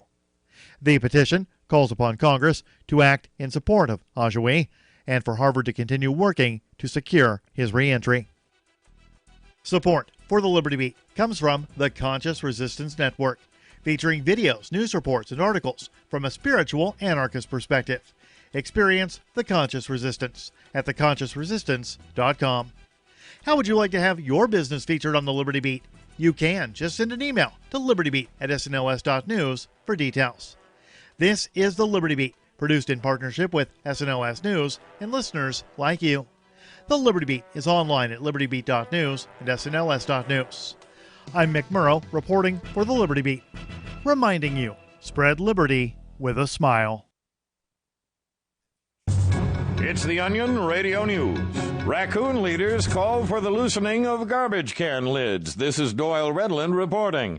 In a 4 a.m. speech at the group's annual Washington, D.C. convention this morning, North American Raccoon Federation President Bristletail called upon homeowners to loosen the lids of their garbage cans, providing the ring-tailed mammals with greater access to discarded food scraps during nocturnal scavenging.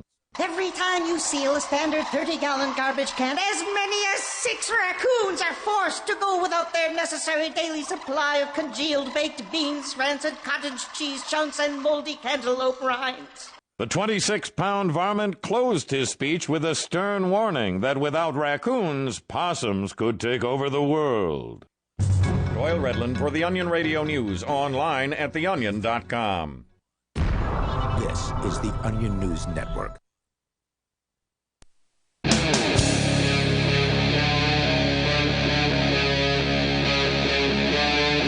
Free Talk Live. It is Free Talk Live, and we're kicking off the third hour of the program. You're invited to join us here. The toll-free number for you is 855-450-FREE, like freedom. That's 855-450-3733. Tonight, you've got Ian. Richie Rich. And Adam. Adam Kokesh joining us here on this episode as we go back to your phone calls and thoughts. Richie, I don't know if you had more on this story about the stateless people.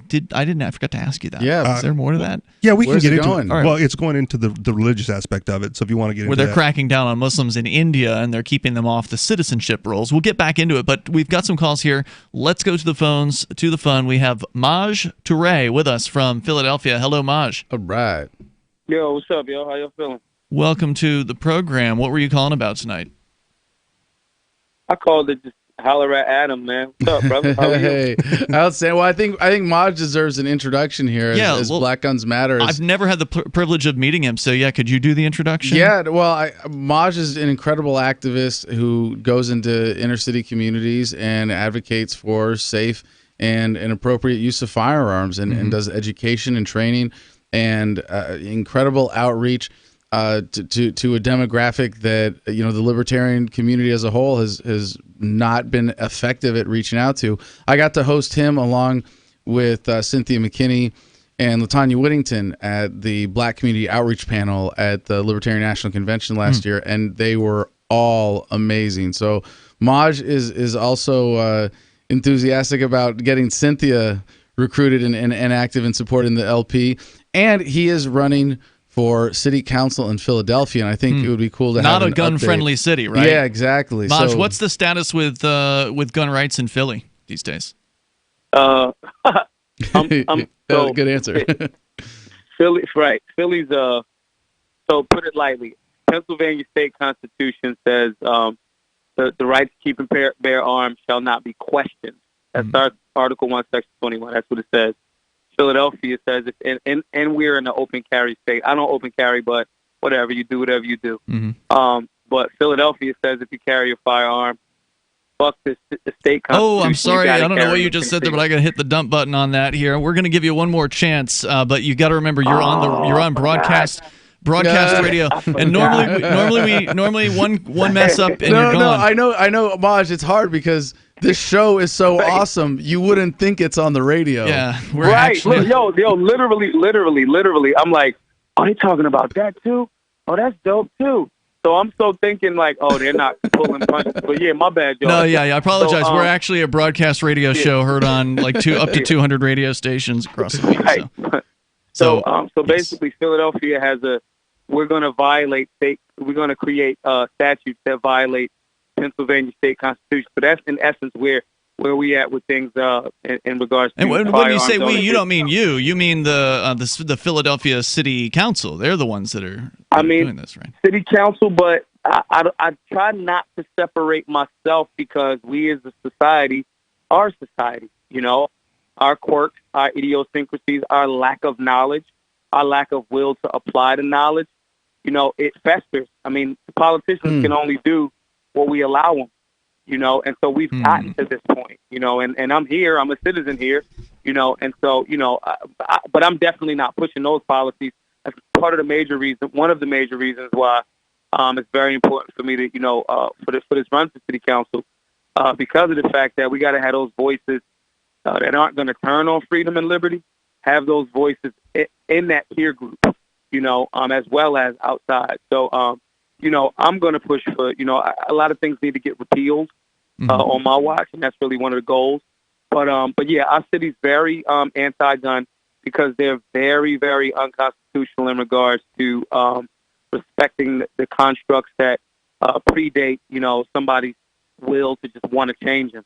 But it's all good. Once, like Adam was saying, once we get urban America on board, especially in places like Philadelphia, once we get them on board, we can right the ship a bit, Well, tell me something about your history, Maj. I mean, where were you born in Philly? Were you always freedom friendly, or was there certain, life changes or events that happened to you to kind of lead you in this direction? How'd that happen for you? So yeah, I'm born and raised in Philly. I'm a reformed scumbag. I'm a dude that was doing everything like wrong. And it's like at a certain point, you start to see the ground shrinking under your feet. And it's like, look, you gotta like be more responsible, dude. You gotta so run back a bit. When I was in high school, I used to get blasted and like take tours of like City Hall and take tours of like the Masonic Temple and all the Constitution Hall. Just take these tours. Back in the day, a lot of them used to be free. And I would go to these places, and I'm like, yo, this is like our city. And you know how when you live in a city, you tend to not be touristy. But I would be touristy in that regard. And Philadelphia has such a rich history in that regard. And so I had that information in my head. You had the Thomas Jefferson. You have the, Independence Hall is up the street from, my high school. And so you have all of this stuff, and then the juxtaposition is you go back to the hood, which is like grimy, and nobody else goes there. The thing that you recognize is nobody from the community recognizes how much they are patriots. Redcoats running in your house is the police. You know what I'm saying? Running in your house without not respecting your Fourth Amendment rights. And so when you start studying that, or even going on them tours, for me it was like, yo, this is not right. And so I would match those ideologies with other people that I would study ideologies. I can see why Malcolm X is a freedom fighter. I can see why Patrick Henry's a freedom fighter. And then, I was a movie buff. I sold a ton of movies, like DVDs. So then movies are stories, and you start to, connect those dots that either maybe they don't connect, but you're making them connect, or they do connect and someone is not, helping you connect those dots. So for me, it was all of those things. And then fast forward a bit to start Black Guns Matter. I would travel around with my own music, and I would go to these big major cities anyway. So I would develop relationships with guys and women that were like friends at a certain point, and I would go back 6 months later. Yo, what happened to Kurt? Yo, he caught a gun charge. Oh man, who'd he shoot? Oh, he didn't shoot anybody. He just had the gun. Right. You know what I'm saying? And so you go to 5 cities and it's the same thing. It's like, yo, this is an organized phenomenon. This ain't an accident. You know what I'm saying? And so a lot of those dudes would just be like, they just didn't know what to do. So they bought the gun lawfully, had it on them, and they were in a city. Oh, you got to have a license to carry, and you don't know. Nobody goes into this. Nobody goes when you travel somewhere and checks the laws first. Right? Oh, I need to read. I need to bone up on my Baltimore. What's illegal here? Right. Did you have a question? I sort of did, because he mentioned the guns, but he also said in Pennsylvania the amendment said the right shall not be questioned. And I never got. I would like a distinction on what that exactly means versus shall not be infringed. It means if you are our state constitution, each state. I mean, you guys know this. I'm just saying it for some people, just for backdrop. Y'all know this.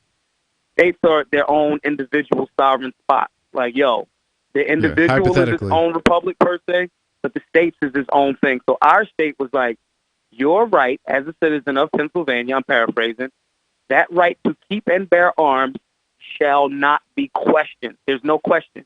You have an I don't like that language because that's anti-First Amendment, right? I hate to say First Amendment to mean free speech, but no, you can't even question this. Like, don't ask. Well, you can't question, but can they prohibit it? Apparently so. I also want to know what the practicality means. No, we're also going to take away your rights, and you don't get to question that either. Question that either, right? We'll use the same gun. Don't question that either. You know what I'm saying? And so if you were carrying down the street, you could just carry, and they couldn't question why you had a firearm. Is that the idea? A lot I don't know of what the idea America is. was like that. America was like that a lot before. Sure. A lot more before emancipation of melanated beings in America. All of America at a certain point was a constitutional carry country. You can have a gun. You can carry it. You can do what you do with it. It's a tool. It's like a screwdriver. It's useful in bear attacks and gator attacks. And... Right. Or whatever. Yeah. Or hey, here's some more tyranny coming.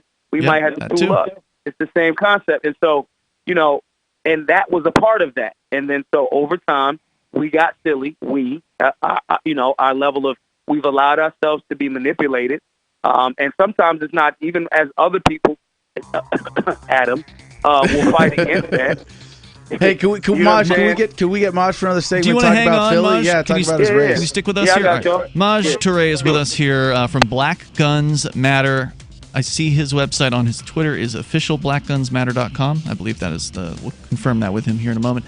And we got more on the way. If you've got a question, you're welcome to call into the toll-free number, 855-450-FREE, like freedom. This is Free Talk Live.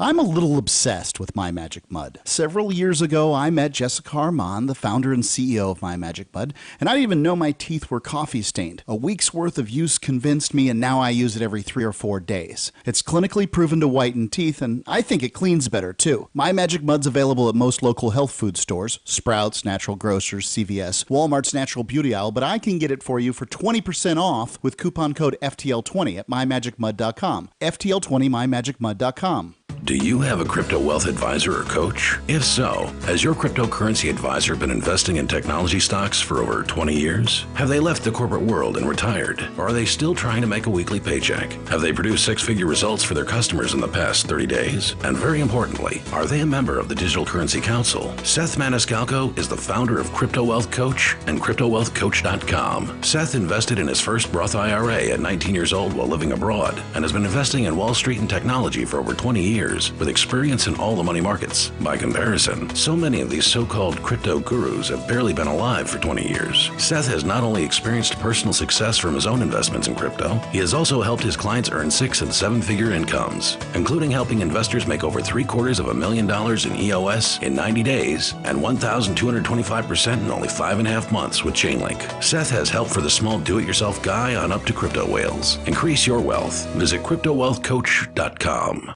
Anarchadelphia is a conference dedicated to the principles of liberty, individual sovereignty, and freedom from coercion, located in Philadelphia, the cradle of liberty. Anarchadelphia seeks to shed light on issues such as geopolitics, blockchain economics, spiritual health and wellness, as well as exposing the Earth's sacred hidden knowledge, featuring Mark Passio, Max Egan, Derek Brose, Jeff Berwick, and many more this September 13th through 15th. For info and tickets, visit anarchadelphia.com. Is spreading the message of liberty, cryptocurrency, and peace around the globe worth $2 per month to you? As you may already know, in addition to our internet feed, LRN.FM broadcasts on free-to-air satellite across North and Central America, as well as Sub-Saharan Africa. And we've been available on satellite for free 24/7 since 2010. The LRN.FM free-to-air satellite signal is reaching some of the most oppressive regimes in the world, and there's no doubt our ideas are making an impact. You can learn more about the channel's impact by watching the 3-minute video at fund.lrn.fm. If you'd like to help free minds globally with our ideas of liberty, cryptocurrency, and peace, you can donate as little as $2 per month via fund.lrn.fm. You can help us continue and expand our satellite broadcast to multiple continents. Visit fund.lrn.fm today, and thank you for your help. Don't forget to share the link on social media. That's fund.lrn.fm. The LRN.FM social media channels have been revamped. We've eliminated Facebook and focused on other platforms like Twitter and Mastodon, the decentralized alternative to Twitter. On our accounts, you'll find posts from multiple LRN.FM show hosts together in one place. Follow us on Twitter at twitter.lrn.fm, or better yet, move to the decentralized Mastodon social media platform at toot.lrn.fm, toot.lrn.fm. I think you'll like it. What do you shop for that you could otherwise buy at Amazon? Pretty much everything, right? Amazon has competitive pricing and they deliver, and that's a big plus. If you could plan ahead in your shopping, would you be interested in saving up to 33%? There's a catch. You have to do your shopping in Bitcoin. But imagine those savings. It's like a huge raise. All you have to do is go to saveitpurse.com. We've saved thousands, and you can too. Plan ahead and save. Saveitpurse.com. Some of our live shows are streamed in HD on Twitch. Please follow and share at twitch.lrn.fm. That's twitch.lrn.fm.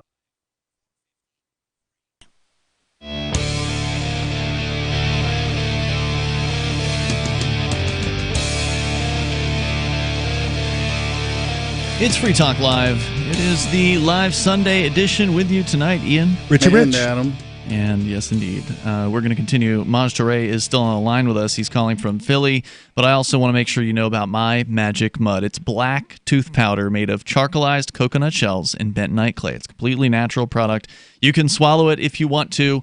It's totally fine. And it's clinically proven to whiten your teeth. It's an amazing product, and that's why it's been picked up over the last several years by some major health food stores now. Sprouts, CVS, Natural Grocers, even Walmart's Natural Beauty aisle has My Magic Mud, and you can get it as well by going to mymagicmud.com and use code FTL20 to get 20% off of your order. It doesn't have to be their classic tooth powder. They've got toothpaste and mouthwash as well. All of it completely natural. It's a great product. I use it here at the studio, which is also where I live. I use it. It's so good.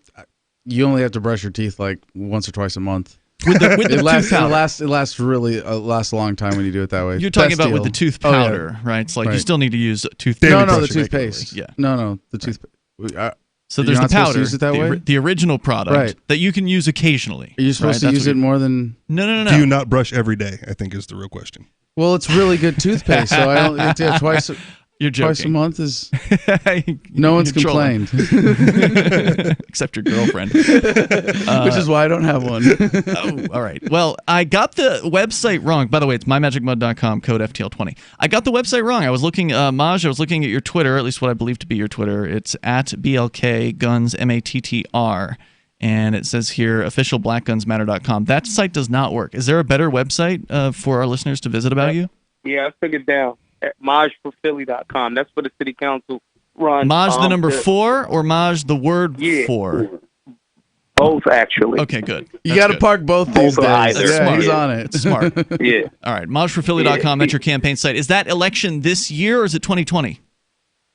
It's this year. It's November the 5th. Remember. It's a great year for running for office. We've got a guy running for mayor here in Keene. He changed his name legally to Nobody. He's one of our co-hosts on Free Talk Live. So voters in Keene, Nobody New will solve all of Keene's problems. Will actually have a chance to vote for Nobody. So, Adam, did you have a question about the campaign for Maj? Well, yeah, I think Maj, I'd like you to give whatever background on your campaign in terms of the timing and the demographics is appropriate to answer this question. But what I would like you to answer is the gun issue really what's reaching your constituents there? And if not, who are the constituents and what are the key issues? Where's your angle? And as a libertarian, I think you're running in a nonpartisan race, so you don't have to lead with that. But what's connecting with your base in this race? The irony is both Philly's 80% Democrat. 80. It's an overwhelming majority. The beauty of the thing is we're at a time right now where the hood has always understood liberty once presented to them. You know what I'm saying? So, for example, the thing right now everybody's talking about is these red flag violations, because that's what they are. They're not laws. They're violations. This is where the government can just make an accusation against somebody of, like, say, domestic violence and just take all their guns. Yep. Yep. And so, as a person who has had, I fought a false rape charge, and it was exonerated. You know what I'm saying? And so, things of that nature for the hood, I've shared my experiences, and dudes in the hood have horror stories. They're like, "Yo," and this has historically happened. So when we say in that demographic, this is the reason why you don't want one of these red flag laws, and they go, "Oh, bet it's easy," because they understood. Look, I just want to be left alone. I'm gonna leave everybody else alone. You know what I mean? People should leave me alone, respectfully, not out of fear or like I don't like you. So when you translate that message from a person that already is from the demographic, that languaging, the hood is libertarian. They are. Absolutely. we just got to do a better job. I think it's true of everybody. I think it's true of a lot of people. I mean, there are some people that like to be, that love telling people what to do. We don't want to talk to those guys.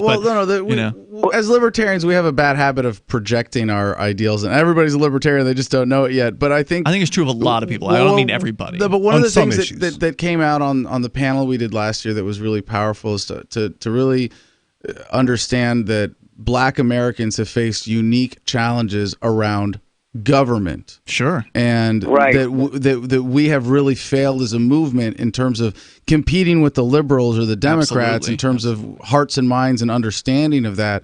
And it's the biggest opportunity for growth for the freedom movement to connect Black America to, hey, the reason you have suffered this unique way in America is because of government. Because of the state, yeah, for sure. Right. And explaining that it's not even a sell. It's a conversation. And then, my demographic goes like, word. Now, what was they called? Libertarians? You almost look into that. You know what I'm saying? And so the rank and file, we are a very liberal city, but that's out of tradition and fear. You know what I'm saying? And so because of that, the principles, I mean, we the working class people that have that understanding, I think that the Republican Party was doing a good job with that whole like Brexit thing. But then even then it's like, yeah, but nah, I'm still not touching certain points. My demographic is like, nah, I'm still not feeling certain things. But when you give them that conversation of freedom and liberty, it's there all day. So rank and file wise, the hood, they love this conversation. I got dudes from the hood coming down to the national convention, and they like, yo. And as they're finding out more and more, again, it just harkens back to, like I said earlier, it's almost like I'm walking my hood through those tours that I was taking back in the day. Mm-hmm. You know what I'm saying? It's almost like I'm taking them through, this is what this says on this paper. I know that there was contradictions, and the contradictions are clear. Yep. I think what's resonating is the fact that I'm just saying, like, a lot of these dudes were saying freedom. Oh, but yeah, we're going to own people. You know what I'm saying? And because I'm not afraid to expose that contradiction, but still go, yeah, but this construct is still legit. This actual, there were some good ideas. They were, yeah, there's some ideas in there, and then contrasting that with, yeah, this dude was like, yeah, freedom. My name's Thomas Jefferson. I wrote the Declaration of Independence, but my man, Thomas Paine was like, nah, bro, like you own people. I'm not doing that. Like, sorry.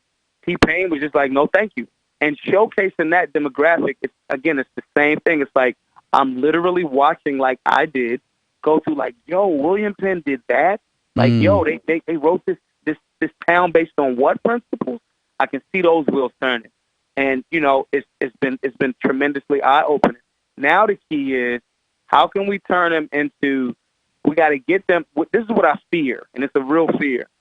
I fear that we get them turned on to this liberty concept, and then there's the few scragglers of the Libertarian Party, or not even in the party really, that may not be as inclusive, or it's kind of like we so kind of used to like having these philosophical debates that now when you run into people that don't have green people, you got to be more inviting.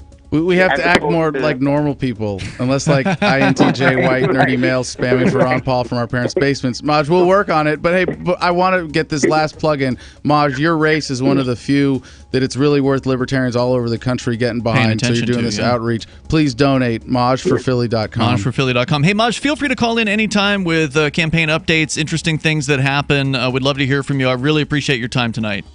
Thanks for joining us. Absolutely. Thank you. I'll talk to you in a bit. More coming up. You're not a wild animal, and you shouldn't be tagged and tracked like one. Where you go and what you do every minute of the day, tracked and recorded by your mobile phone, is often more revealing than your browser history. And tech companies make a fortune selling your location history without your consent. GoDark bags prevent location tracking and protect your privacy by instantly blocking all cell phone, GPS, and Wi-Fi signals to your mobile device. Plus, they're durable, water-resistant, and built for a lifetime of protection. Visit GoDarkbags.com/FTL. That's GoDarkBags.com/FTL. Gold has definitely been on the move recently, and there is no more secure investment historically. McIlvaney ICA has been helping people take delivery of precious metals and find storage options for decades. They've helped thousands of investors with their precious metal IRAs. Call ICA today for your free portfolio review at 800-525-9556 or download their free report online at ICAGoldSilver.com to learn how you can double your gold and silver ounces even within an IRA. 800-525-9556. ICAGoldSilver.com.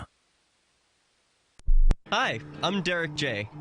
To me, an activist's calling is to actively work to advance a cause. The cause for which I work is personal freedom. I believe my life is best when I engage in voluntary interactions and self-government.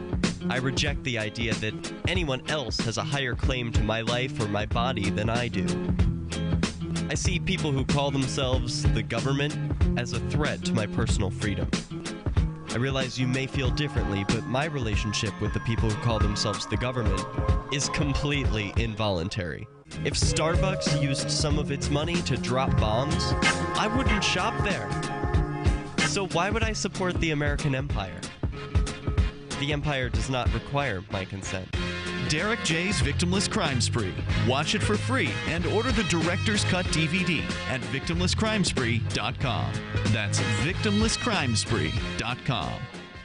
Looking for a great real estate investment? Consider New Hampshire, which is ground zero for the Liberty Movement. Your first call should be to Mark Worden from Porcupine Real Estate. He's more than just a real estate agent. He's your New Hampshire concierge. Where are the best places to live? Do you want farm, city, the burbs, or forest? Do you want a duplex or multifamily building so that renters pay your mortgage? There are homes in all price ranges in New Hampshire, and Mark can help with financing too. Invest in Liberty and property. Mark Worden can help. PorcupineRealEstate.com. Some of you asked, and now we've delivered. LRN.FM's live Keene, New Hampshire studio shows are now streamed in HD on Twitch. Visit our channel at twitch.lrn.fm and give it a follow. If you have Amazon Prime, you get one free subscription on Twitch. If you use it on our channel, Twitch will give LRN.FM a monthly piece of your Prime subscription cost. So please watch, follow, share, and subscribe to twitch.lrn.fm. That's twitch.lrn.fm. This is a special alert for business owners, consultants, coaches, folks planning retirement, entrepreneurs, and anyone who is saving and investing to build a financial future. You are likely aware that financial privacy for most people has recently died a miserable death. And let's face it, without privacy, there really is no security, is there? Bankrupt governments and banks on the verge of collapse are perhaps the biggest threat to your financial future today. The Lighthouse Law Club recognizes this and has been working diligently to provide safe, secure, and productive tools to ensure your privacy, your financial security, and your future financial well-being, despite the catastrophes which many people fear are looming ahead of us. Find out more with a variety of free videos on the YouTube channel for Lighthouse Law Club. Just search YouTube for Lighthouse Law Club and secure your future today. Love what we do? Please help support our international satellite channels at patreon.lrn.fm. That's patreon.lrn.fm. This is Free Talk Live, and you can bring us what you want. The toll-free number here, 855-450-FREE like freedom. That's 855-450-3733.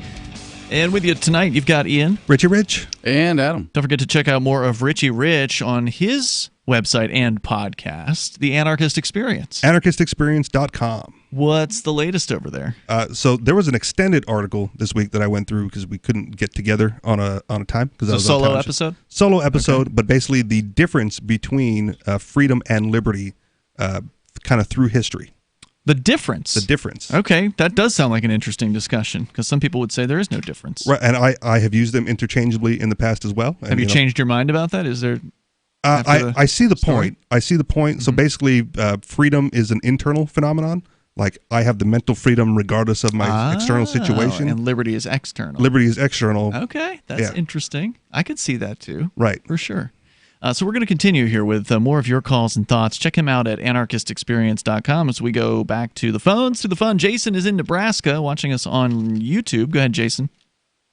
Hey, thanks for taking my call. Yes, sir. I just wanted to share a little bit of information that I heard on the news a while ago. Here in Lincoln, Nebraska, I guess we're going to get a new facility. I don't know if it's going to be a Google or an Amazon building, but I guess they're going to build one not too far away from here in Lincoln. So I just wanted to share that. Also, I got a little story. I don't know if I can share it. Is that meaningful to you in some way that there's going to be a new facility there? Like, I mean, new businesses open all the time, right? Like, what? Yeah. I mean, it just seems kind of. Well, I mean, they had Verizon come out here, a call center, and that kind of failed. And I'm just wondering if this is one of those things where Google or Amazon might fail too. I mean, they still got the call center sitting out here. I don't think anyone's rented it out or. Do you know what kind of facility they're putting up? The news was very vague about it. In fact, they didn't say whether it was Amazon or Google. I think. What are you smiling about over there, Adam Kokesh? I think I know the significance of Amazon or Google putting up a massive facility in somewhere Nebraska, and it's the same reason we have military bases in every single congressional district. Go on. Just as the military is part of the United States federal government, these tech giants have become extensions of the government in many ways. They need to be able to bribe congressmen effectively locally. They need to have in every state to have a connection to every senator to have a reason for pork barrel spending to come their way. They need to have facilities in every state. And so they're going to spread out. They're going to be that massive national presence the same way the military is for generally the same reason. Interesting theory. So Nebraska then is strategically important because it's kind of the central location for the continent. Well, it's not a theory, Ian. It's just a narrative that possibly explains what we're actually seeing, where you see like New York, there was the big debate about Amazon setting up a facility there and getting tens of millions of dollars in tax subsidies or something ridiculous like that. Right. They're kind of shopping around. They're looking for the best deals, but they also know that they can influence politics nationally if they can buy congressmen and senators at the state level. Jason, what else did you want to share? Go ahead. Oh, well, just a brief mention. I was at work, and I was around a bunch of cubicles and desks and stuff, and there was a lot of Amazon speakers or whatever. The Alexa thing you can talk into or whatever. And I was just having a conversation with my coworker. With some downtime, and like a couple days later, they moved all the speakers and stuff. It was not necessarily an inappropriate conversation, but there were some things in there that were said that were kind of a little bit off. I wonder if that popped up on their computer the next day or something. I don't know what kind of Jason, thanks for the call tonight. I don't know what kind of access the user has to their own Amazon files. Do they let you review your own, recordings, everything that thing has sucked in over however long it's been sitting on your shelf or your coffee table or whatever? I don't know. I've never had one. I don't want one. I think the most recent thing is they allow you to delete your data from the Amazon. Like all at once? Delete all my data, or would they let you go through it? Yeah, except for this copy that we saved over here on this other server that we mentioned in Which, the fine by the print. way, they have tons of storage. Other servers. Amazon sells long-term storage for dirt cheap for like next to nothing. You could store terabytes of data in there for like pennies per month, basically. AWS service. Yeah, they've got cold storage, they've got hot storage, and it costs next to nothing. So it would be trivial for them to copy all of that data. Let's go to G.I. Mary Jane calling us from Colorado. G.I. Mary Jane, you're on Free Talk Live. Hoorah. How you guys doing? Good. What's on your mind? The drug wars. The drug wars are always on my mind. Yeah, tell me about it. So that's what I'm calling to talk about. I mean, there's one person every 50 seconds getting arrested for nonviolent drug possession. There's a war going on in the street. There's not one person in this country that can say they're ineffective by this. Well, I have drugs on my mind, so I don't have to think about the drug war as much. That's right. Exactly. If you're using the right drugs, it doesn't bother you so much. But I mean, our brothers and sisters are being put in jail. Veterans are being kicked out of their homes. Families are being separated. I mean, I can't tell you how many cases there are in the custody courts where people's medicinal cannabis status is being used against them. Well, even there in Colorado, Colorado, G.I. Mary Jane, we covered recently, the drug war even against cannabis still continues to this day because of people who are growing without government permission slips. They don't have the papers in order, and so they get their doors kicked in and arrested and prosecuted for it still in Colorado. Although if you're going to mention Colorado, we got to give props to Kevin Matthews and everybody who helped get psilocybin decriminalized in Denver County. Yeah. If you think of the legalization of cannabis as pulling off this protective layer of the dam, now there's a giant hole in it that we just poked. And here I'll say I'll take credit as a fellow activist with Kevin, great Army veteran there, who made this happen. Yeah, the sky did not fall in Denver, and psilocybin is decriminalized. Right, that's amazing. So keep going. No, What's and next? it is. Cannabis opened up that. There's a war on nature. It's not just drugs. There's a war. There was just a story where 300 people were arrested and dozens of pharmacies were shut down because they were peddling heroin out of the pharmacies. I mean, these are regular pharmacies, not dispensaries. So it's. But the funny thing is, they didn't bang down their doors with guns. It was treated completely differently than a cannabis arrest would. And we're talking about heroin. I mean, these people. It was like a knock on the door. Could you please put your hands behind your back? So even the improportionate way that things are being handled, what's the kid's name? Alante McDowell. Some kid was just tased and choked for being in possession of cannabis. I think he had like 12 grams on him. Little black where kid. Was this?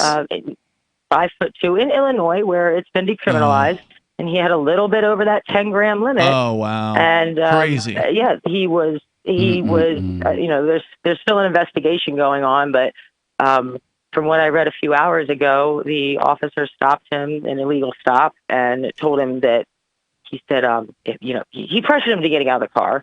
It's really what it comes down to with a lot of these cannabis arrests is people don't know their rights. They don't. Adam, I listened to your audiobook, Freedom, a year or two ago when it came out, and it opened my eyes. I'm the daughter of a Baltimore City police officer. I just moved to Colorado not too many months ago, and yeah. Well, Does he have a copy of the book? Yeah, well, he's no longer with us, unfortunately. He chemotherapy took him out before the cancer could, and he was willing to try cannabis, but in Maryland, the dispensaries weren't open, and he didn't want to. He was an officer, so he didn't want to break any laws. You know? Sad. Sad story. That's the mentality right to the very end, apparently. There's a lot of people that have that mentality. A lot of older folks, especially. Yeah. I can't do it because even though it could save my life, I won't do it because it's illegal where I happen to be. Right. I'm dying, but I don't want to go to jail. Well, see, that makes me want to look at the bright side of this whole thing. Cops being good at following orders when you say, all right, you're not going to enforce cannabis law anymore. There is no law there for you. Okay. And by and large, in states like you haven't even had a massive federal pushback. A lot of people, when we started seeing state legalization, were afraid of federal pushback. And there has been, but it's been really insignificant compared to the size of the market. And in terms of cops, these fringe cases where they can go, well, you had 10.1 grams, so we're going to... That's the exception today. Most places that cannabis is quasi-legal, you can own it, smoke it, enjoy it discreetly, and not stress at all. Hey, G.I. Mary Jane, do you want to stay on? Maybe talk about what's going on at the federal level, because this year is a pretty kind of potentially big year. At least this Congress is a little more friendly towards cannabis, right? Do you want to talk about that? Absolutely. All right, more coming up here. You've got legalization lobby day coming up. Stand by. G.I. Mary Jane is with us here. There's more coming up on Free Talk Live. News music. Hunters, anglers, campers, and survivalists. Get back to nature. Expand your horizons with the highest quality, most versatile, unique slingshots and sling bows on the market at slingbow.com. Sling bow products are compact and models start from just $17.98. They're perfect for your bug out bag or storing in your vehicle. Give yourself and your loved ones the excitement and tradition of sling bow. A new frontier in archery and truly modern twist on this primitive survival tool. Feel the thrill only at slingbow.com. Hello, I'm Mike Lindell, the inventor of MyPillow, and like all of you out there, I had problems sleeping. Pillows would go flat, I would flip-flop all night long, I would wake up with a sore neck, maybe a headache, or feel like I needed a nap even though I slept 8 hours. When I invented MyPillow, I wanted it to where you can move the patented fill to give you the exact support you need as an individual, regardless of sleep position. MyPillow will get you into that deep REM sleep faster, and you will stay there longer. It's not about how much time we spend in bed, it's about how much of that quality sleep we get. I do all of my own manufacturing right here in the United States. I have a 10-year warranty. You can wash and dry my pillow, and I give you a 60-day money-back guarantee, so you have nothing to lose. And here's my best offer ever. You can buy one of my pillows and get one absolutely free. Go to mypillow.com or call 800-870-0305 and use promo code GCN. That's mypillow.com or 800-870-0305 with promo code GCN. Has your body ever gone low blood sugar, feeling weak, shaky, knowing you better eat something fast? We all know high blood sugar can lead to many metabolic problems. At GCNteam.com, we have a healthy blood sugar pack, focusing on the structure and function of stable blood sugar. Find us at GCNteam.com or call 877-878-4203. Nothing feels worse than unstable blood sugar. Call 877-878-4203. That's 877-878-4203. On Free Talk Live, we're bringing people to the ideas of liberty every day. From wrestling superstars like Glenn Jacobs. You guys really are having an impact, I believe. Like I said, a lot of where I am now is due to listening to Free Talk Live. You changed my mind on some very important issues years ago. To random people tuning in on the radio. I was kind of stuck in the left-right paradigm. I heard your show by chance on a Saturday night.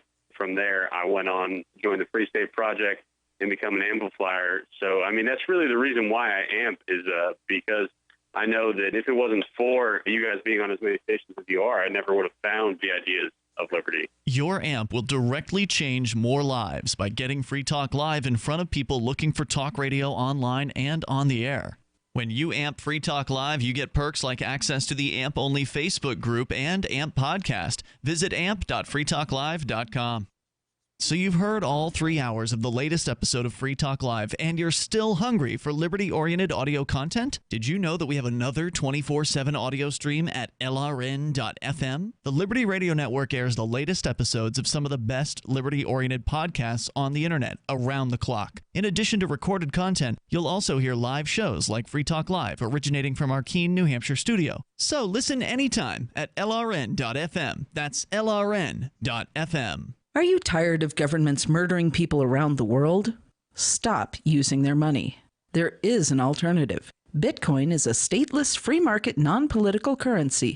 Bitcoin cannot be inflated or controlled by any government. By using their money, you are helping the state. Stop doing it. You have an incredible alternative available now. Learn it, use it, spread it. Get started with Bitcoin at bitcoin.com. That's bitcoin.com. Now you can follow LRN.FM on the decentralized Mastodon social media platform at toot.lrn.fm, toot.lrn.fm.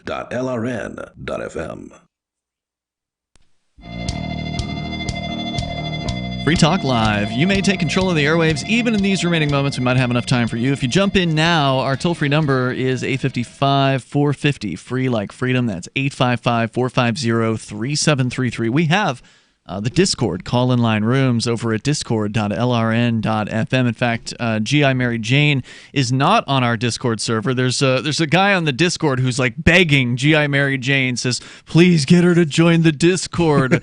He claims to know you. I don't know what that means though. So anyway, with you tonight, by the way, it's Ian, Richie Rich, and Adam. I've not actually, it's my first time hearing about you, G.I. Mary Jane. I love a good cannabis activist, somebody who's against the entire war on drugs. Really happy to hear about that. I'm sure there's some sort of awful incident that brought you into this. Too, Ian. Do you want to? Me too. But do you want to kind of recap briefly, like, what's your story? How did you become a, anti-drug war activist? Well, yeah, I've been affected. Like I said, I don't think there's many people who have not, but some of us worse than others. And my story is a percentage of what a lot of people have been through. But I was affected. I mentioned custody courts right then and there. My cannabis use was used against me by, the other parent, and the courts went along with it. It's, of course, can't say much because, I can face more issues, from that. But essentially, I was sent to rehab for weed, and like the movie, right? Like, you're here for weed. I was told Yeah, exactly. I was told that if I didn't stop using my legal medical cannabis, exactly.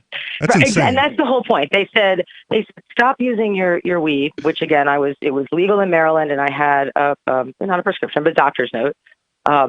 Stop or we're going to take your kid. And of course, because it's not addictive, I put it up like any scared mother would, and it took nothing. But then they sent me to the substance abuse facility, and these people put me on 7 different pills. All of a sudden, my life has turned completely upside down. I'm, catching charges that I've never had any run-in with the law. Like I said, my father was a police officer. And eventually, because of my life being turned upside down, I put my foot down at some point and stopped taking the pills, not knowing that the withdrawal was going to wreak even more havoc on my life. I'm not somebody with a history of prescription pill usage. I've always found my relief in nature, and I've just done my thing quietly. So that's what started everything. I got linked up with Maryland Normal a few years back. I started lobbying with them, meeting all the people in the community and helping them come out and tell their story, primarily in Maryland, which is funny because the Maryland medical community is primarily seniors, and it is so beautiful because that's, they're the generation that started this fight, really. And I'm so happy that they're alive to see it come to fruition, but there's still some of them that are in jail serving a life sentence.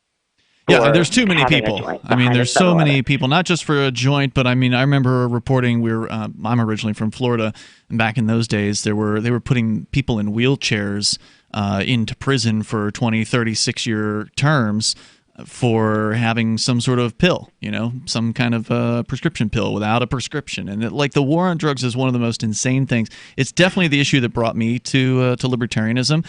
Let's focus briefly here, because I'm looking at your Twitter page, and it is GI_Mary_Jane. That's your Twitter handle. You're posting some stuff about the federal government. I imagine you're paying close attention. Is there anything that's pretty exciting to you at the federal level? Like, are all these bills that they're filing just total BS? They're not going to go anywhere. Well, dissolving the federal government, that's pretty exciting, isn't it? I'm excited about that. Yeah. I will talk about that later. I can't say that I am against that idea at all. The bills that are on the floor right now, they have been for years, and every year we get more co-signers. I speak of Maryland Normal. That's the only group that I've worked directly with on the federal level. But there's pushback, and there continues to be. But at the end of the day, when you talk to all of these politicians off the record, nobody has an issue. And what my biggest issue is all of these bills, none of them see to deschedule cannabis. I thought there was one. I thought I'd heard that there was one that was filed to actually remove it from the schedule entirely. That's recent. That was the first. You're right. That's what I'm saying. It was a first. Yeah. But that's what needs to happen. There's no protection otherwise. Yeah. It's unacceptable. Legalization, decriminalization is simply unacceptable. The banks can't function. There can't be any interstate, transfer. Right. It's unacceptable. And we're talking about a plant here, so interstate transfer is really important. You look at Oregon; they've got too much weed. Surplus. Why? Right. Because it's not necessarily the market. It's the climate up there is perfect for weed, so people are going to grow it there. Just tobacco is primarily grown in Virginia. So they need to open that market up. Yeah, the price would go down dramatically. I mean, we've already seen the price of cannabis drop because of legalization kind of becoming a thing. There's more supply that's manufactured within the United States because of that, and a lot of it leaks out the back door to the black market still, which is a good thing. But we're going to see more of it, especially if it's allowed for interstate commerce, where people could sell across state borders, and then you'd start to see prices being pushed down even further. I bet they'd cut in half again. If I may point out something about Mary's story here that I think she's kind of selling herself short on, is the suffering that you have incurred as a result of your legal situation with separation of the family, with dealing with child custody, with having a spouse or former spouse use your drug use against you in court. That's horrific. And it speaks to, I think, the bigger issue of family separation, CPS, everything the federal government and state governments especially do with child kidnapping and interfering in relationships. And, this is, if you get government married, one of the things you have to expect is that you're inviting government into your marriage, into your relationship. Right, they're the other party in the relationship. And this is one of the consequences. In a sense, in your story, the drug part is a relatively small aspect of this that's used as leverage, and the state has allowed itself to be weaponized by individuals against other individuals in divorce proceedings is insane. It is sick. It really is stomach churning. I'm a child of divorce myself, and to think that like what you went through with the threat, and I've seen parents go through this, the stress, the guilt, the shame, and you shouldn't feel any of that because you have no reason to, but they will find everything they can to pick apart to take your kids away from you, and your spouse will be encouraged to do so if they can. I would rather go to jail for years than I mean, I'm trying to quantify this to sound serious about it, but yeah, I'd rather go to jail for 2 or 3 years than go through what my parents went through as a divorce. Wow. To see that, to see what I'm guessing Mary went through here with the spouse using this against her and having to say, I'm not a bad parent because I smoke pot, and having to say that against a gun in your face to take your kids away, and have to say that to move that gun out of your face. That's horrific. And I don't think you should undersell that at all. It's continuous. I mean, so now it was a tumultuous, abusive relationship to begin with, and now he's able to utilize the courts to continue the abuse. Sick. And yep. so Exactly. It hasn't ended. I went to my son's school and brought the entire school cupcakes. I walked in there with 36 cupcakes, and I came out in handcuffs one day. Oh. He called and painted me out to be, Pablo Escobar. But that's traumatic for the kids too, and your relationships. What was the accusation there? That you were trespassing on campus? They weren't special cupcakes. Oh no! It was they weren't special cupcakes, and they actually, they were so polite to wait until I got out of the school. And it was a legal stop. And, luckily, because I know my rights and put my foot down, I was able to get through that. But I'm a 1%er in that. Most people. So hold on, just to be clear, they targeted. Wait. The cops pulled you over as you were leaving the school for what reason? What was the charge?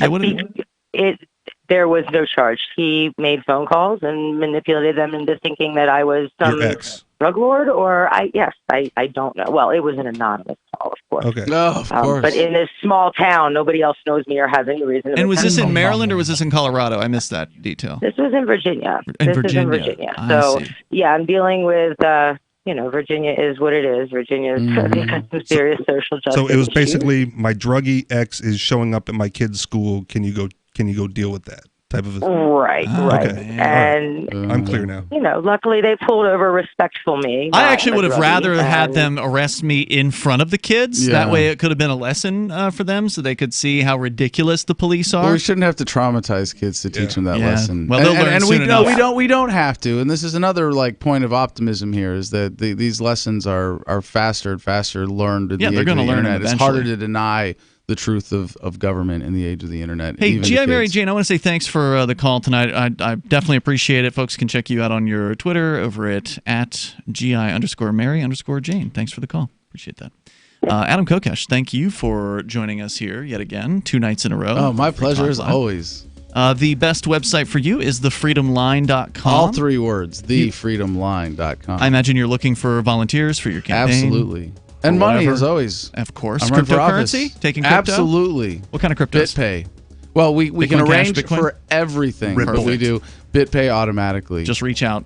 Yeah. You'll hook them up. KokeshforPresident.com. All right. We'll see you tomorrow. You can join us online in the meantime. freetalklive.com. Have a great night. Peace and love, y'all. I am giving away $100 in Bitcoin Cash on September 2, 2019. And I'm not giving it away because I like giving away money, quite the contrary. It's because I need a favor. Please go to demo.freetalklive.com and fill out the survey there as thoroughly as you like. There's an optional email slot, and if you put your email in there, you will forever be signed up for whatever prize I'm giving to incentivize people that month to fill out my form. Advertisers need this info on our listeners, so fill it out as truthfully as you can, please. Demo.freetalklive.com.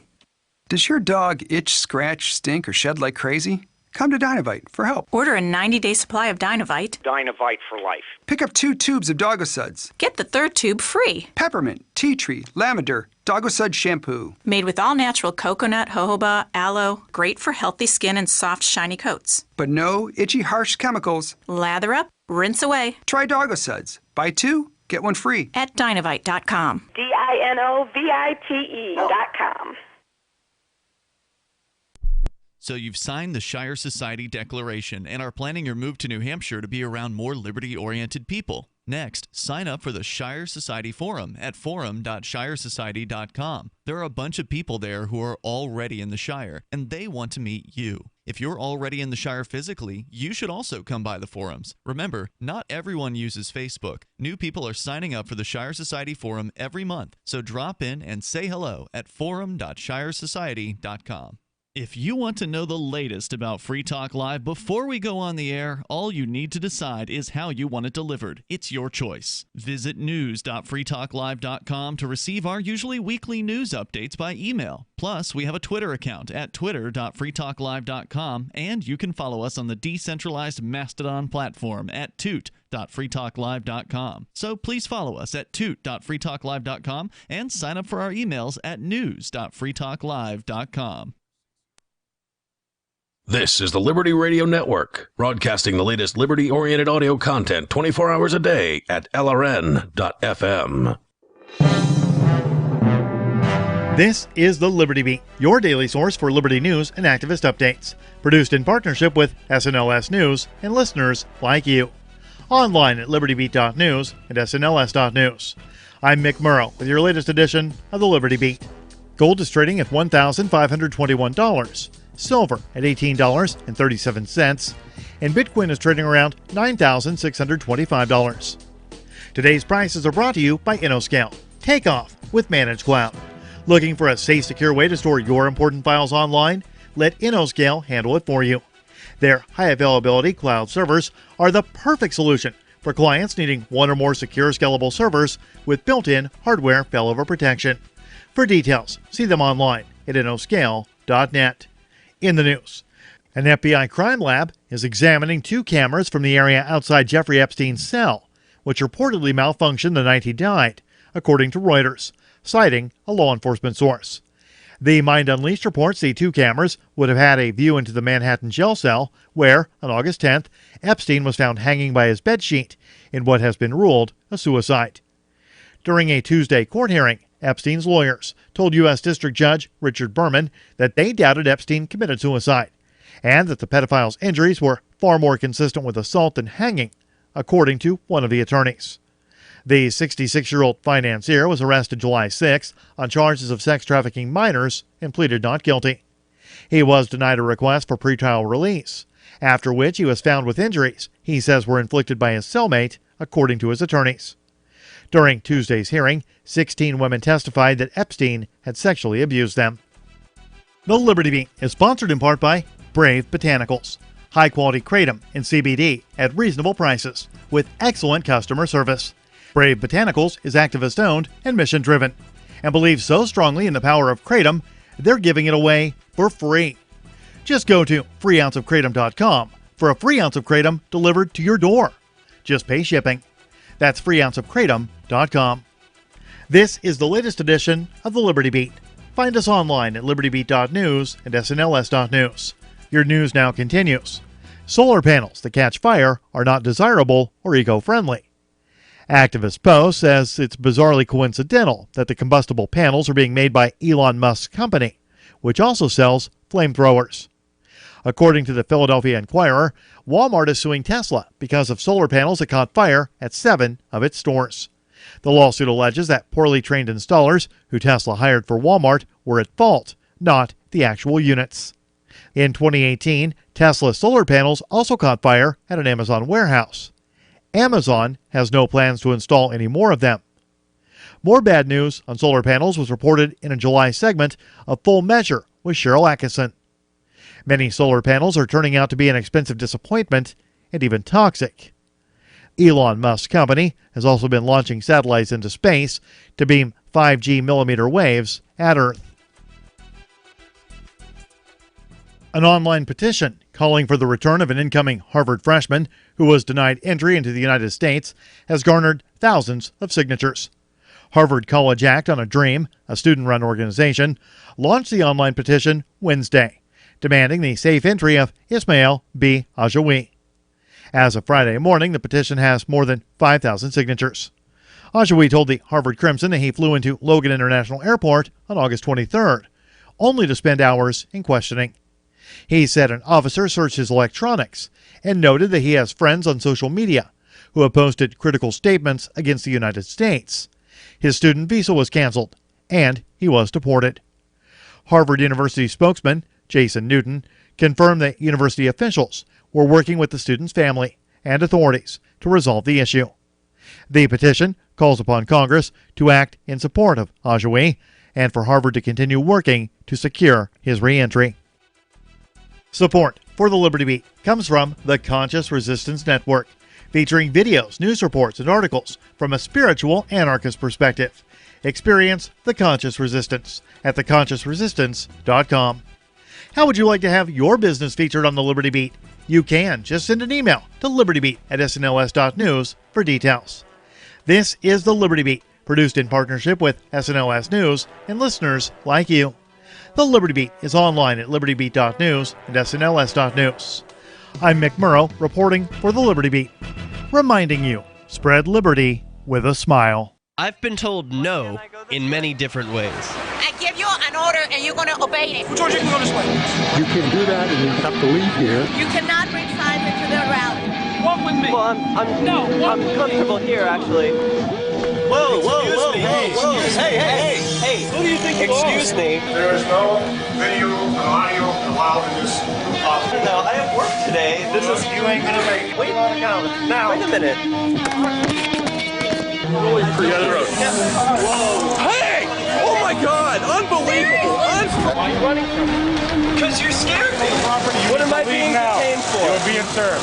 What is this? You're being served. What is this? Bureaucrats have a funny way of telling people no. That's the sound of the men working on the chain. Derek J's Victimless Crime Spree. Watch it for free and order the Director's Cut DVD at victimlesscrimespree.com.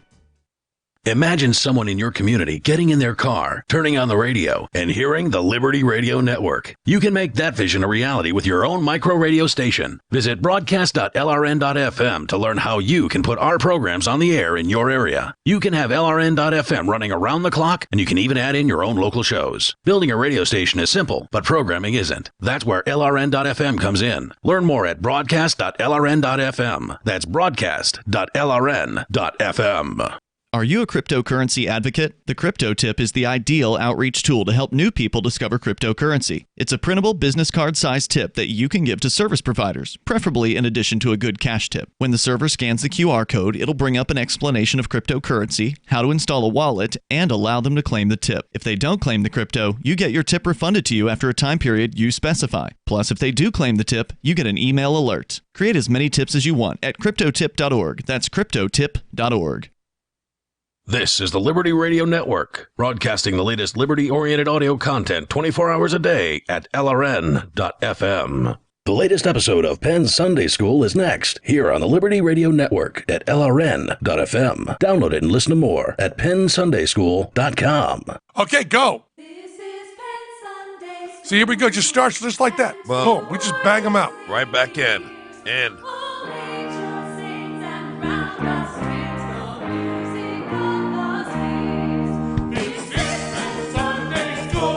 Siblings! This is Penn Sunday School, broadcasting from Reddy Rich's house, also known as Show Creator Studio South. Matt Donnelly, Michael Godot, fuck them in the neck. We got Sharon Small. We don't need Godot. We don't need Donnelly. We got the small man. Yes, in the house, baby. And here's your host, Ben Gillette. So we can just continue. We were talking about David Blaine. Yeah. But there's going to be, the thing is, when you're talking about magic, it's what Teller calls a tempest in a top hat. If you wanted to name musicians, if I said to you, just name musicians, living and dead, as long as you can, you'd probably hit about 10,000. Right. You'd probably hit about 10,000. If I asked you to name every magician living and dead, you'd probably hit about 10. Right. So the difference is that you wouldn't have people from really different kinds of music commenting on each other. Right. You do have those weird connections like, Willie Nelson and Snoop and stuff like that. But mostly you've got these separate areas. But in magic, if there's only 10, 15 people, Copperfield and we are so different. Right. You would never ask us anything if we were in music, but because there's that word magic, it gets lumped together. Yeah. Now, when you were starting out, when did you decide maybe I want to do comedy? I think I always knew it. Probably when I was like 14, 15. And who were your heroes? Everybody. I used to love. See, I was right there under I got to see a lot of New York comedians from Chris Rock and Jerry and all those guys when they were young. Mm-hmm. And but I used to like Lenny Bruce. I used to watch old shit, Eddie Murphy, of course, and then Pryor. And then Carlin, I used to listen to everything Carlin ever did. So I like a nice scramble of a whole bunch of comedians. Well, you have that whole thing that happens, and this is when I was talking before about doing the play that goes wrong in character. Right. Up until late 50s, comedy was always